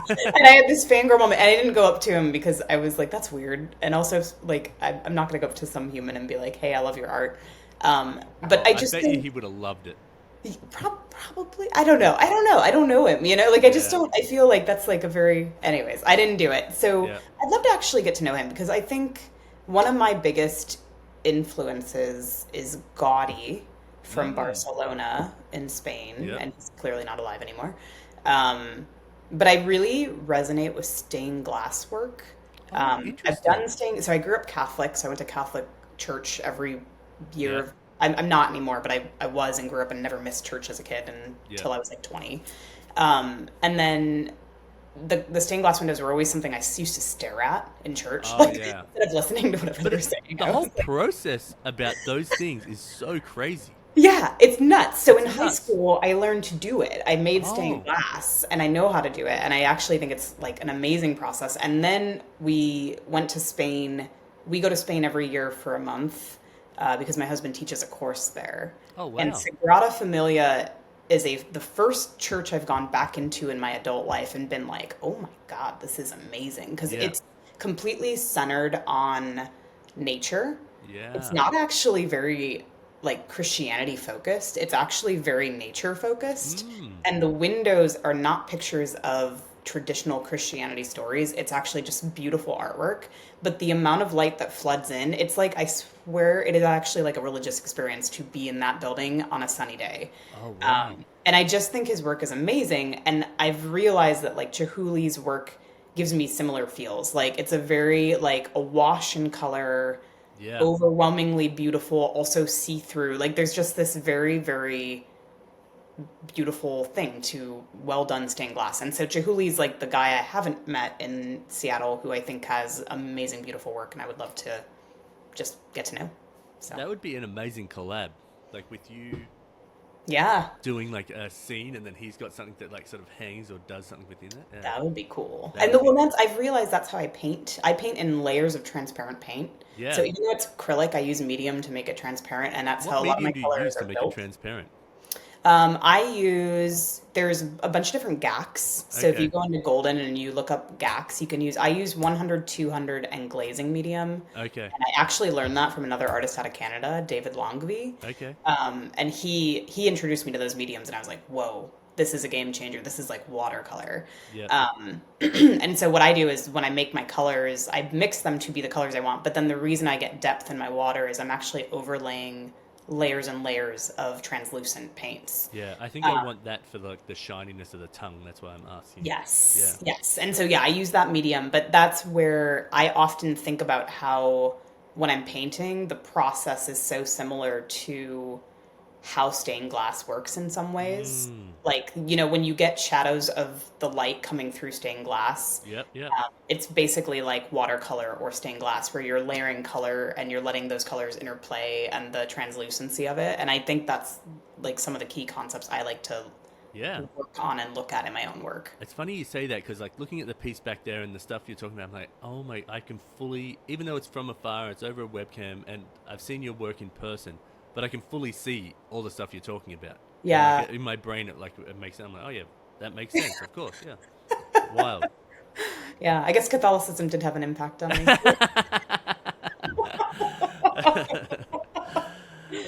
The right impact, I guess. Yeah. It's just funny looking back. I'm like, it was a big influence. I think I didn't realize it, but I mean, every Sunday of my life was staring up at stained glass windows in the church. That is the part I remember the most about going to church. So that's wild. Yeah. I was christened Catholic, but I didn't do anything. Like my mom, we're not really religious. I'm not religious at all. We aren't either, but my family was pretty deeply Catholic, so it's for them. But for me, I got an art lesson out of it. So. Yeah. That's why you're so good. Yeah, see, I like it. So I'm just gonna go sit in churches and then see if I can get better. Yeah. I like it. When's the last time you rode a bike? Oh gosh, last summer. I have a mountain bike. I like to mountain bike. Of course you do. Yeah, I don't do it a lot. I'm not like one of those people who is like I'm a hardcore mountain biker, but I enjoy it. It scares me. It actually, of all the sports, it scares me most. But because it's. Do you go up to like Doothie Hill or anything like that? Doothie, yeah, I go to Doothie, and I'm one of those people where like I want to just let go and be like pound it and go and fly. But deep down, I'm like, but this is not snow. That is a tree. I see those people. I've been up to Doothie. I've never ridden there. I'm not a mountain bike rider. I'd be much better at BMX riding because I did that more as a kid. Okay. But when I see those people like bombing off these things, and I'm like, man, those trees are so close, and like the angle you're coming down on, like that wheel buckles. I'm like, I do not want to. I know 2 people that have broken their necks doing this, and it's like they're both happy to walk. They just broke the vertebrae. They didn't break the column, the spinal column. That's good. Yeah, and I'm like, if I know 2 people have done that, and I don't know that many mountain bikers, like obviously around here, you probably think you know more than what you think, but like the odds are not in my favor, and I'm like, I'll leave that to someone else. Yeah, I go for like the very low grade ones, and I break a lot, but it's very fun. Yeah. And I like in a different world, at a different age, I think I might have been really into it because I'm definitely an adrenaline junkie. But it's definitely like I'm just at a point in life where I'm like, I'm okay with it being mellow mountain biking. But I have a friend in Bellingham who she kills it, and she like has videos of her flying, and I'm like, it looks fun. Like that part looks fun. Yeah, like if you go to Whistler in summer. Like, I've been up there for my sister-in-law's triathlon, and the people that are, like, there's hundreds and hundreds of people that are mountain biking up these, like, massive terrains up there. Yeah. And then the big jump at the end, backflip, 360. Yeah, it's crazy. And I'm like, there's not that many people that can mountain bike this well, is there? Yeah. And there's just tons of them. Do you know I'm like, that looks amazing. Huh? Stevens Pass does it too. My husband and I have done it at Stevens Pass, so they'll take your bike and you go up the lift and then you ride down. Yeah. We avoid the crazy jumps. Like we're just doing the mountain biking with the ramps and no jumps. Yeah, no jumps. Yeah, that's a whole the Red Bull people that do like down like the canyons and stuff. Yep. Fuck that. It's cool. I love cool watching though. it. Yeah, I love watching it, and I'm sure people watch us play hockey and they're like, "What are you doing?" Because you get hit and you get pucks to the leg and I'm sure that they're like, hey, there's a 37-year-old woman out there that's an artist, and they're like, oh yeah, she's gonna be good, and then you're like smashing someone in the wall, spitting on their face, kicking them down. I mean, not that aggressive. But yeah, my nickname in hockey is Honey Badger. Ah. Oh, I see. Yeah. All right. Not that aggressive. Yeah, not that aggressive. Yeah, honey badgers are nothing to fuck with. So funny. All right, we got the last two questions going, and then I'll let you get out of your hair and you can go and do some crazy stunt that you're Yeah, going to no craziness today. It's all my list. Be laundry. do. What three things are you grateful for? Oh gosh. My wife and I do this every night. So, like, I say three things and she says three things, and then we go to sleep. So, Yeah. but it can be small, like the tiniest thing, like, hey, I'm so stoked that my computer worked today for this meeting, or hey, I'm so stoked the universe hasn't collapsed, or like everything in between. You know what I mean? Yeah. No, they're all going to be pretty big, I think. So one is meeting and fostering the relationship that I have with my husband and my daughter. Like that whole situation in my life is a huge part of my life, right? Like I've been with my husband longer than I've been with my own family. So that the fact that I'm able to have him in my life and my daughter is obviously, like, I'm very grateful. On a side question on that, you guys have been together since you were so young. That mean you had to grow together, like, Yes. parallel. Obviously, I don't want a full rundown, but how do you grow together? Like, I was such a fucking dick when I was like 15, 16, 17, 20, and like even then when I was like, I got married at 25 or something like that, and then until I was 30, and then like I'm still surprised my wife's with me now. I'm such a I'm gonna make up this idea. I'm gonna make a box art thing like this, and she's like, oh fuck, okay, cool. Like, you know what I mean? How do you grow together at that young and keep it together? So everything you said is on point, right? Like there is no way to go from 15 to 37 without massive everything. So I like when people like this is just when people tell me that like, they don't fight or they've never had a perfect marriage or whatever, I'm just like so I'm like, what are you suppressing down so hard? Like, or what are you doing, or what do they do that you get to like? Yeah. No, we've had incredibly rough patches. Rough patches. So me and my wife have. And like I'll be real honest, I'm an open book about this. Yeah. We've been divorced and remarried. Oh wow. Which is kind of unique. Yeah, it is really unique. We had a really rough patch. We got divorced in Wyoming, and there's no wait time in Wyoming. And they actually sign the paperwork like the day it comes across their desk, and which is abnormal for the US. It usually takes months. And so we actually got divorced. And then we made up and we're like, we're going to make this work. And then we got the paperwork in the mail the same day that we decided that. So it's actually kind of a comical, funny story now. So crazy. So at some point in the future, we'll have to be like, hey, Isla, there's 2 marriage certificates in the lockbox. That's so funny. But no, so the truth is, there is no way to go from 15 to 37 without massive growing pains. And what I've realized, and this is why I'm so grateful to have my marriage to him and my daughter, is to get past that. Like anyone who's in a long-term relationship, any kind of long-term relationship, to get past that and do that work leads you to a point, in my opinion, that is so incredibly powerful. Right? Because like we know all each other's dirty laundry. Like we know what our problems are. We know what makes each other tick. You know, we don't even necessarily have to communicate about it anymore because we're so aware of it all. And it also gives you a level of compassion, like to be like, you know what? Like everybody makes mistakes. Everybody messes up. Everybody does awful things at some point in life. But it's what you do afterwards that matters. And so it's, you know, that's the truth. Like it just, when someone tells me they have like a very perfect, easy relationship, I always have a little bit of a question mark in my mind, just because I'm like, what are you faking? You're faking it. Like, okay, good, yeah.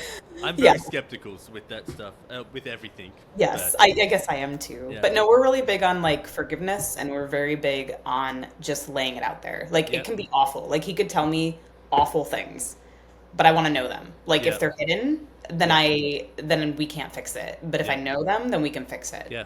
So. Me and my wife are very honest, and I think the big thing is that when it comes down to it, we both want the best for each other.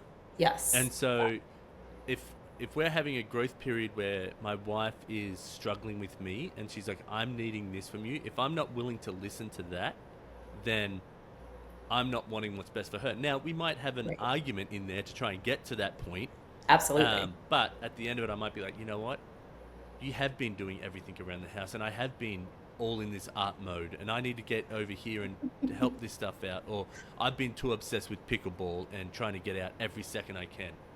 And then she might be like, oh, you know what, I have been too hard on you, and you have been doing all this stuff with the kids, or that, or this, and so it's that communication and wanting the best for each other, even though it doesn't look like that best is right for you or whatever, you know what I mean? Right. Well, and that's the thing, like what I said earlier in the interview, like if I was alone, I would be like some savage Alaskan hermit. Like it's ridiculous. Like I love being alone in the wild. Like it's ridiculous. And also it's not my life. And it's partly not my life because we've chosen marriage and we live in a place that's a compromise, right? But that's okay. Like, and I think the compromise and wanting what's best, and also another thing is you mentioned earlier, like you play a lot, like with the flicking off with your daughter and all that. Yeah. And that's also, I think, a huge part of it is like if you can't get past the hard stuff and play, like I just play as a state. I think is so important to relationships staying sound. I don't know how, like, if people don't have like playful fun with each other, I'm like, what's going on? Like, what do you do for your life? Like, my husband's like a serial pranker, and I sometimes want to murder him over it. But also, it's very funny. It's I'm very like, I like play like, so my wife would be like, okay, I need you to wind that back. Like, we're having fun, but I don't, like, I need you to come cuddle me. So, like, and I'll be like, okay, I get it. I've gone too far. Yeah. That's so funny. Yeah. All right, 2 more gratefuls. Okay. Oh yeah, 2 more gratefuls. Okay, so I had this and then I lost them. Sorry, my bad. So coming back to art. Yep. Like I feel like a part of my life, a part of my soul is back in a way it wasn't. Like the 10 or 12 years where I wasn't creating art, I look back at that and I actually don't even really reconcile who I was in that moment, because so much of my life was unaligned with what I agree with and what I like and just who I was. And so I think finding art again in my life has been a huge blessing that I'm grateful for. So that's a big one. And then I'd say honestly my health. You know, like I know that's kind of generic, but my mom died really early. She died at 54.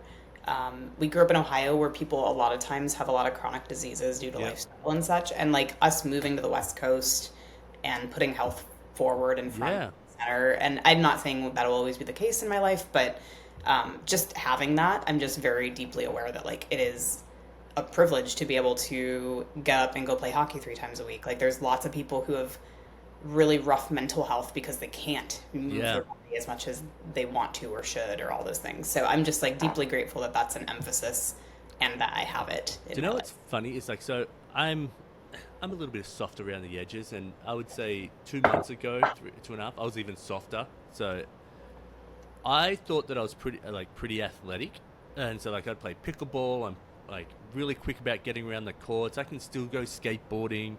I could like go play football and stuff like that. And I was like, yeah, I'm at the topper part of like a 43-year-old, like being able to do all this stuff. Yeah.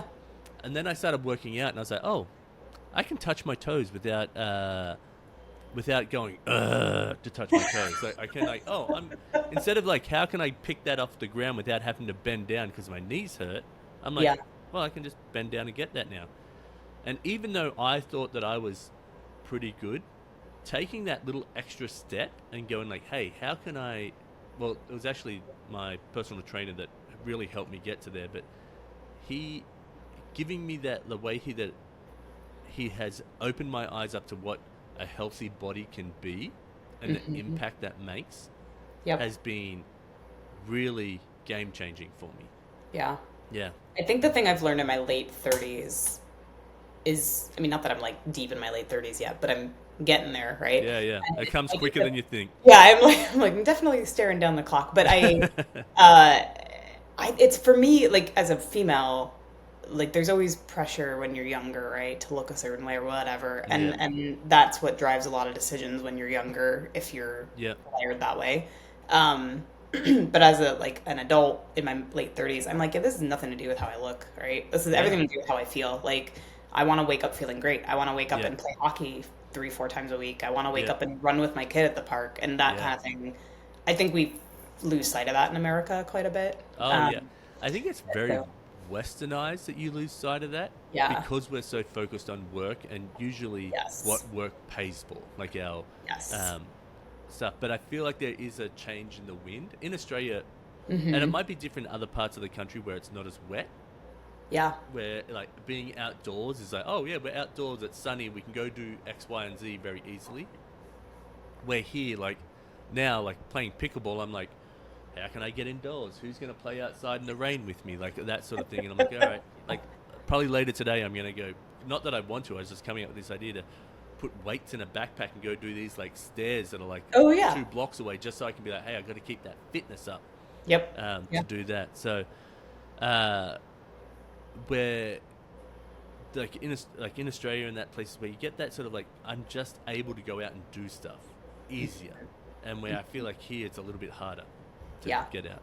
It can, I hear that because we lived in California for a bit, Yeah. and it's like you take for granted on those living there, like you're like, Yeah. it's sunny every day. I'll stay in because it's sunny tomorrow for sure. Yeah, yeah. Whereas here, if the sun is out, I am not painting. Yeah. I feel the same way. I'm like, oh, let's say it was sunny out today and we had a meeting. I'd be like, in my brain, I'd be like, fuck. Yeah. Okay. We Like, even though I'm reschedule. enjoying this, I'd be like, when can we get out? When can I get out? Yeah. The beauty of living here, though, is I've noticed that everyone feels that way. Like, Yeah, yeah. so it's definitely like could we reschedule for another day? And everyone's like, yes, Yeah, yes, yeah, absolutely. yeah. It's too sunny out. Yeah, yeah, yeah. I feel you on that.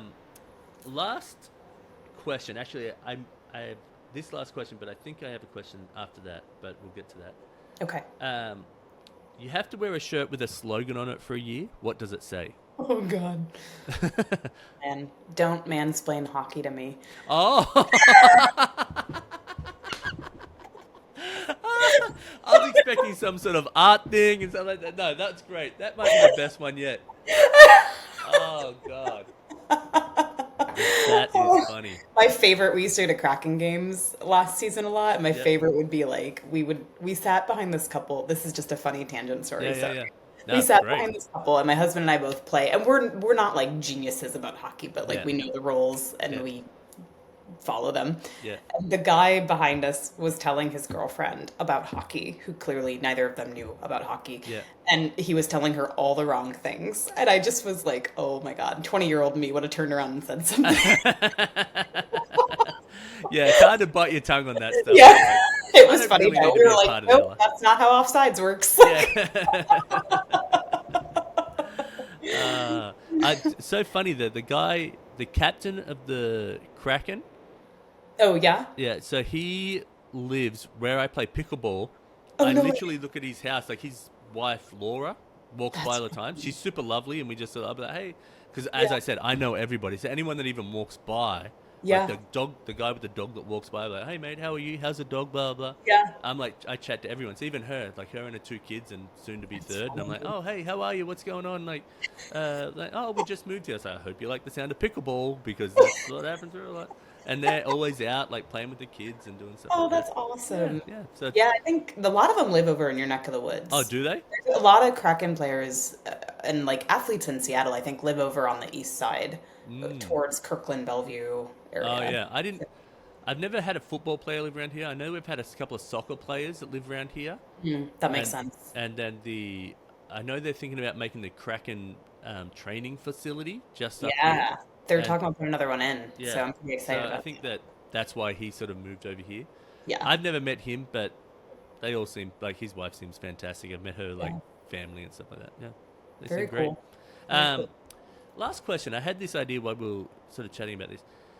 Do you take like high-end photography of your work? So, like me personally, or Yeah, do I and get like do prints? So yes. Yeah. I do print store. So I used to do print store releases. I think this year I'm just leaving them up full year round because I Okay. found that that's more useful. But yeah, I get my work photographed professionally. Yep. And then I convert it into what's called a giclée archival Yeah, print. yeah. You can, And so yeah, people either order paper prints because they just want to like mat them and put them in a frame. Yeah. Or they do stretched replicates, and those are like, I actually have reels on my Instagram. Like they're so close that the Oh. only difference is the texture. It's crazy. It's Yeah. crazy what they can do with that now. There's an artist called Anya Brock from Australia, Okay. and she really famous for like there's like zebra with like the rainbow behind the zebra and like giraffes. Cool. It's Anya Brock. Anya Brock. So Anya, and it's Brock, Brock. Okay, have to look it up. And so we've got one of her prints up in our house, and it was really interesting because I was like, I've seen her work and her process and stuff like that, and especially just mainly through Instagram, but seeing one of her pieces up close and seeing the stuff, it's incredible what they can do with the photography and the print. And like, she's very particular. I'm sure you are, like, this is not quite right. Can we please adjust this lighting here and stuff? Yeah, it's pretty nuts. I go through Soto. I go through the color group in Soto. Oh, okay. And what's cool, I used to not go through them. I used to go through like a large scale printer, and I didn't like the quality for that reason because I'm picky. And so I started going through the color group, and what they do is I have them take the photos with a special photographer. Yeah. They convert it into a proof, and then I get to go in and actually look and say like, yes, this is close enough. Yeah. But they do a great job. Like, they handcraft, they make the stretcher bars, print the canvas, hand stretch it, all of that, which I know how to hand stretch canvas and I know how to do prints, and I hate it. Like, it's not the wheelhouse. So I love that I can like source it to a small group of people in Seattle and also get like super high quality. So that's amazing. Yeah. So I don't know if you remember this, but I do an illustration based on our whole conversation. You. All right. Yeah. So if you're interested and you want to email me I would love to do whether it's on a big piece or whatever, but you can even just a little piece and I'll do the illustration. But it'd be fun to do an illustration into like my cartoon style into one of your heck yeah, pictures. That'd be super So fun. if you want to send me any one you want, and then I'll like a close up, like just the art. Yeah, just the art, that way you can have it and be like, hey, do whatever you want with it. Keep it in your email. I love that. But then I'll have that, and what I'll do is I'll have it separate. So then I'll have the separate bit of art, but I'll have it so it's like intertwined into your art. Yeah, no, I love that. I'll put it up on my Instagram too. Let people see it. That way we can show people both sides. Yeah, it'd be really cool, and I'll like figure it it'll be based around your lifestyle and your story and stuff like Sweet. that. So yeah, it's so cool. I love that you do that. So is this like, do you do this full time? I can't remember if you. I try to Okay. So I have a part-time job where I teach art. My wife is the main breadwinner of the household. Okay. And she's just a legend all around with just that stuff. And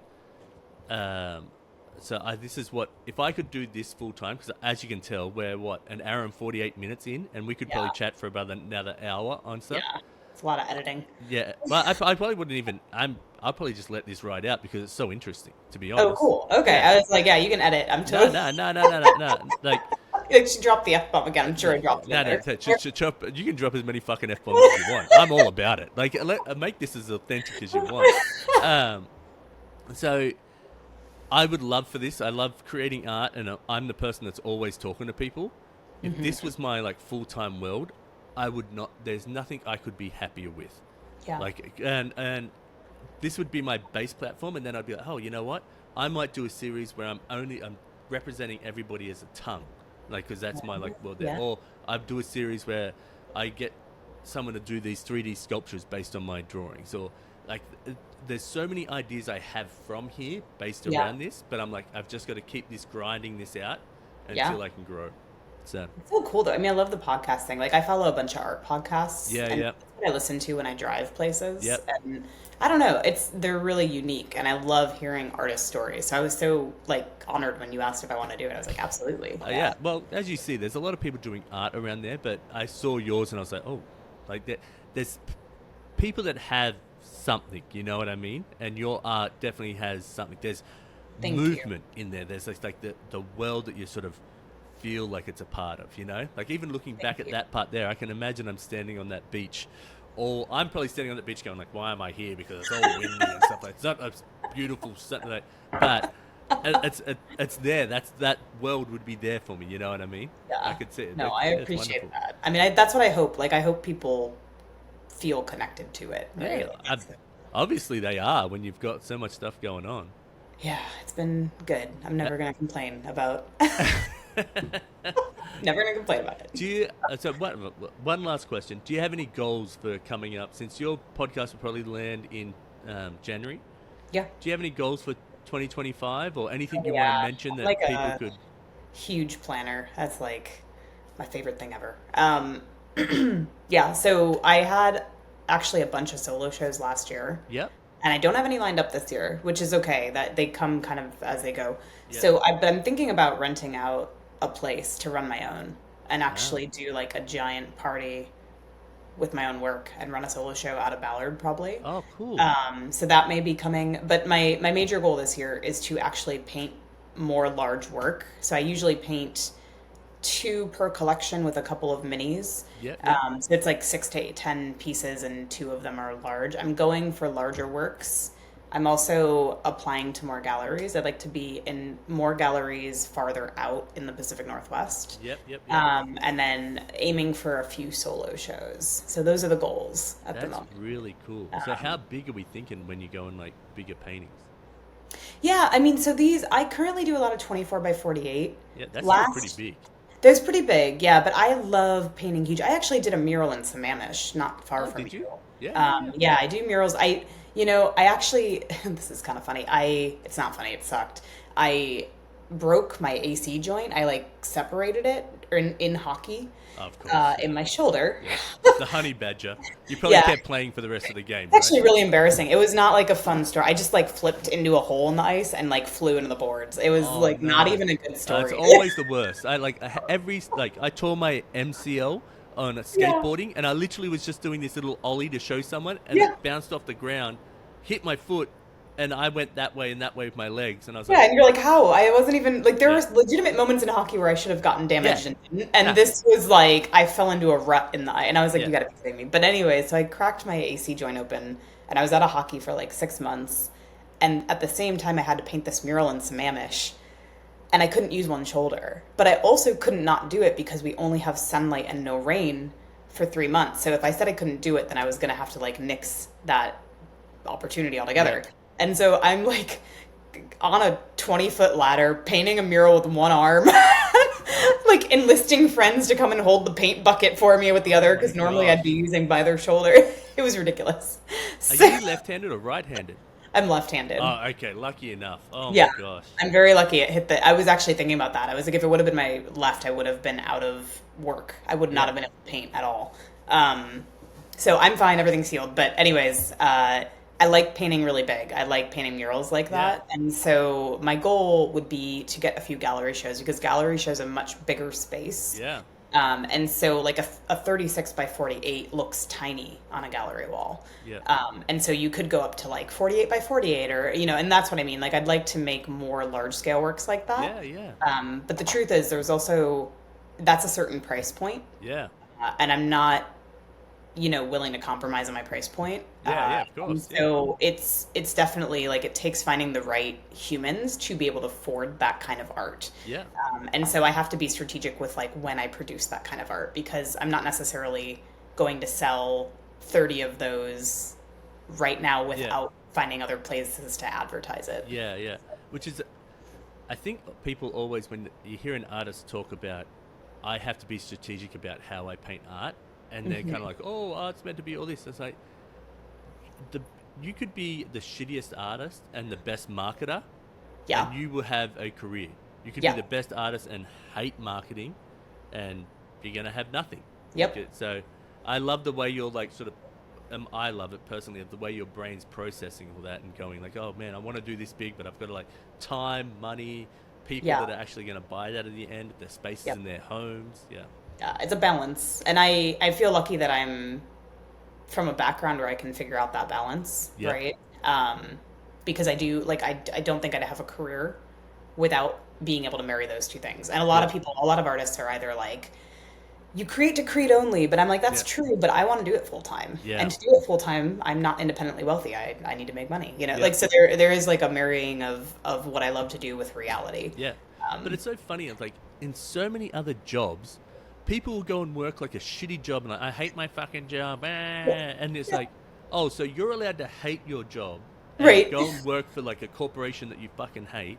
But Yep. I do something that I love, but I want to try and make money off doing that.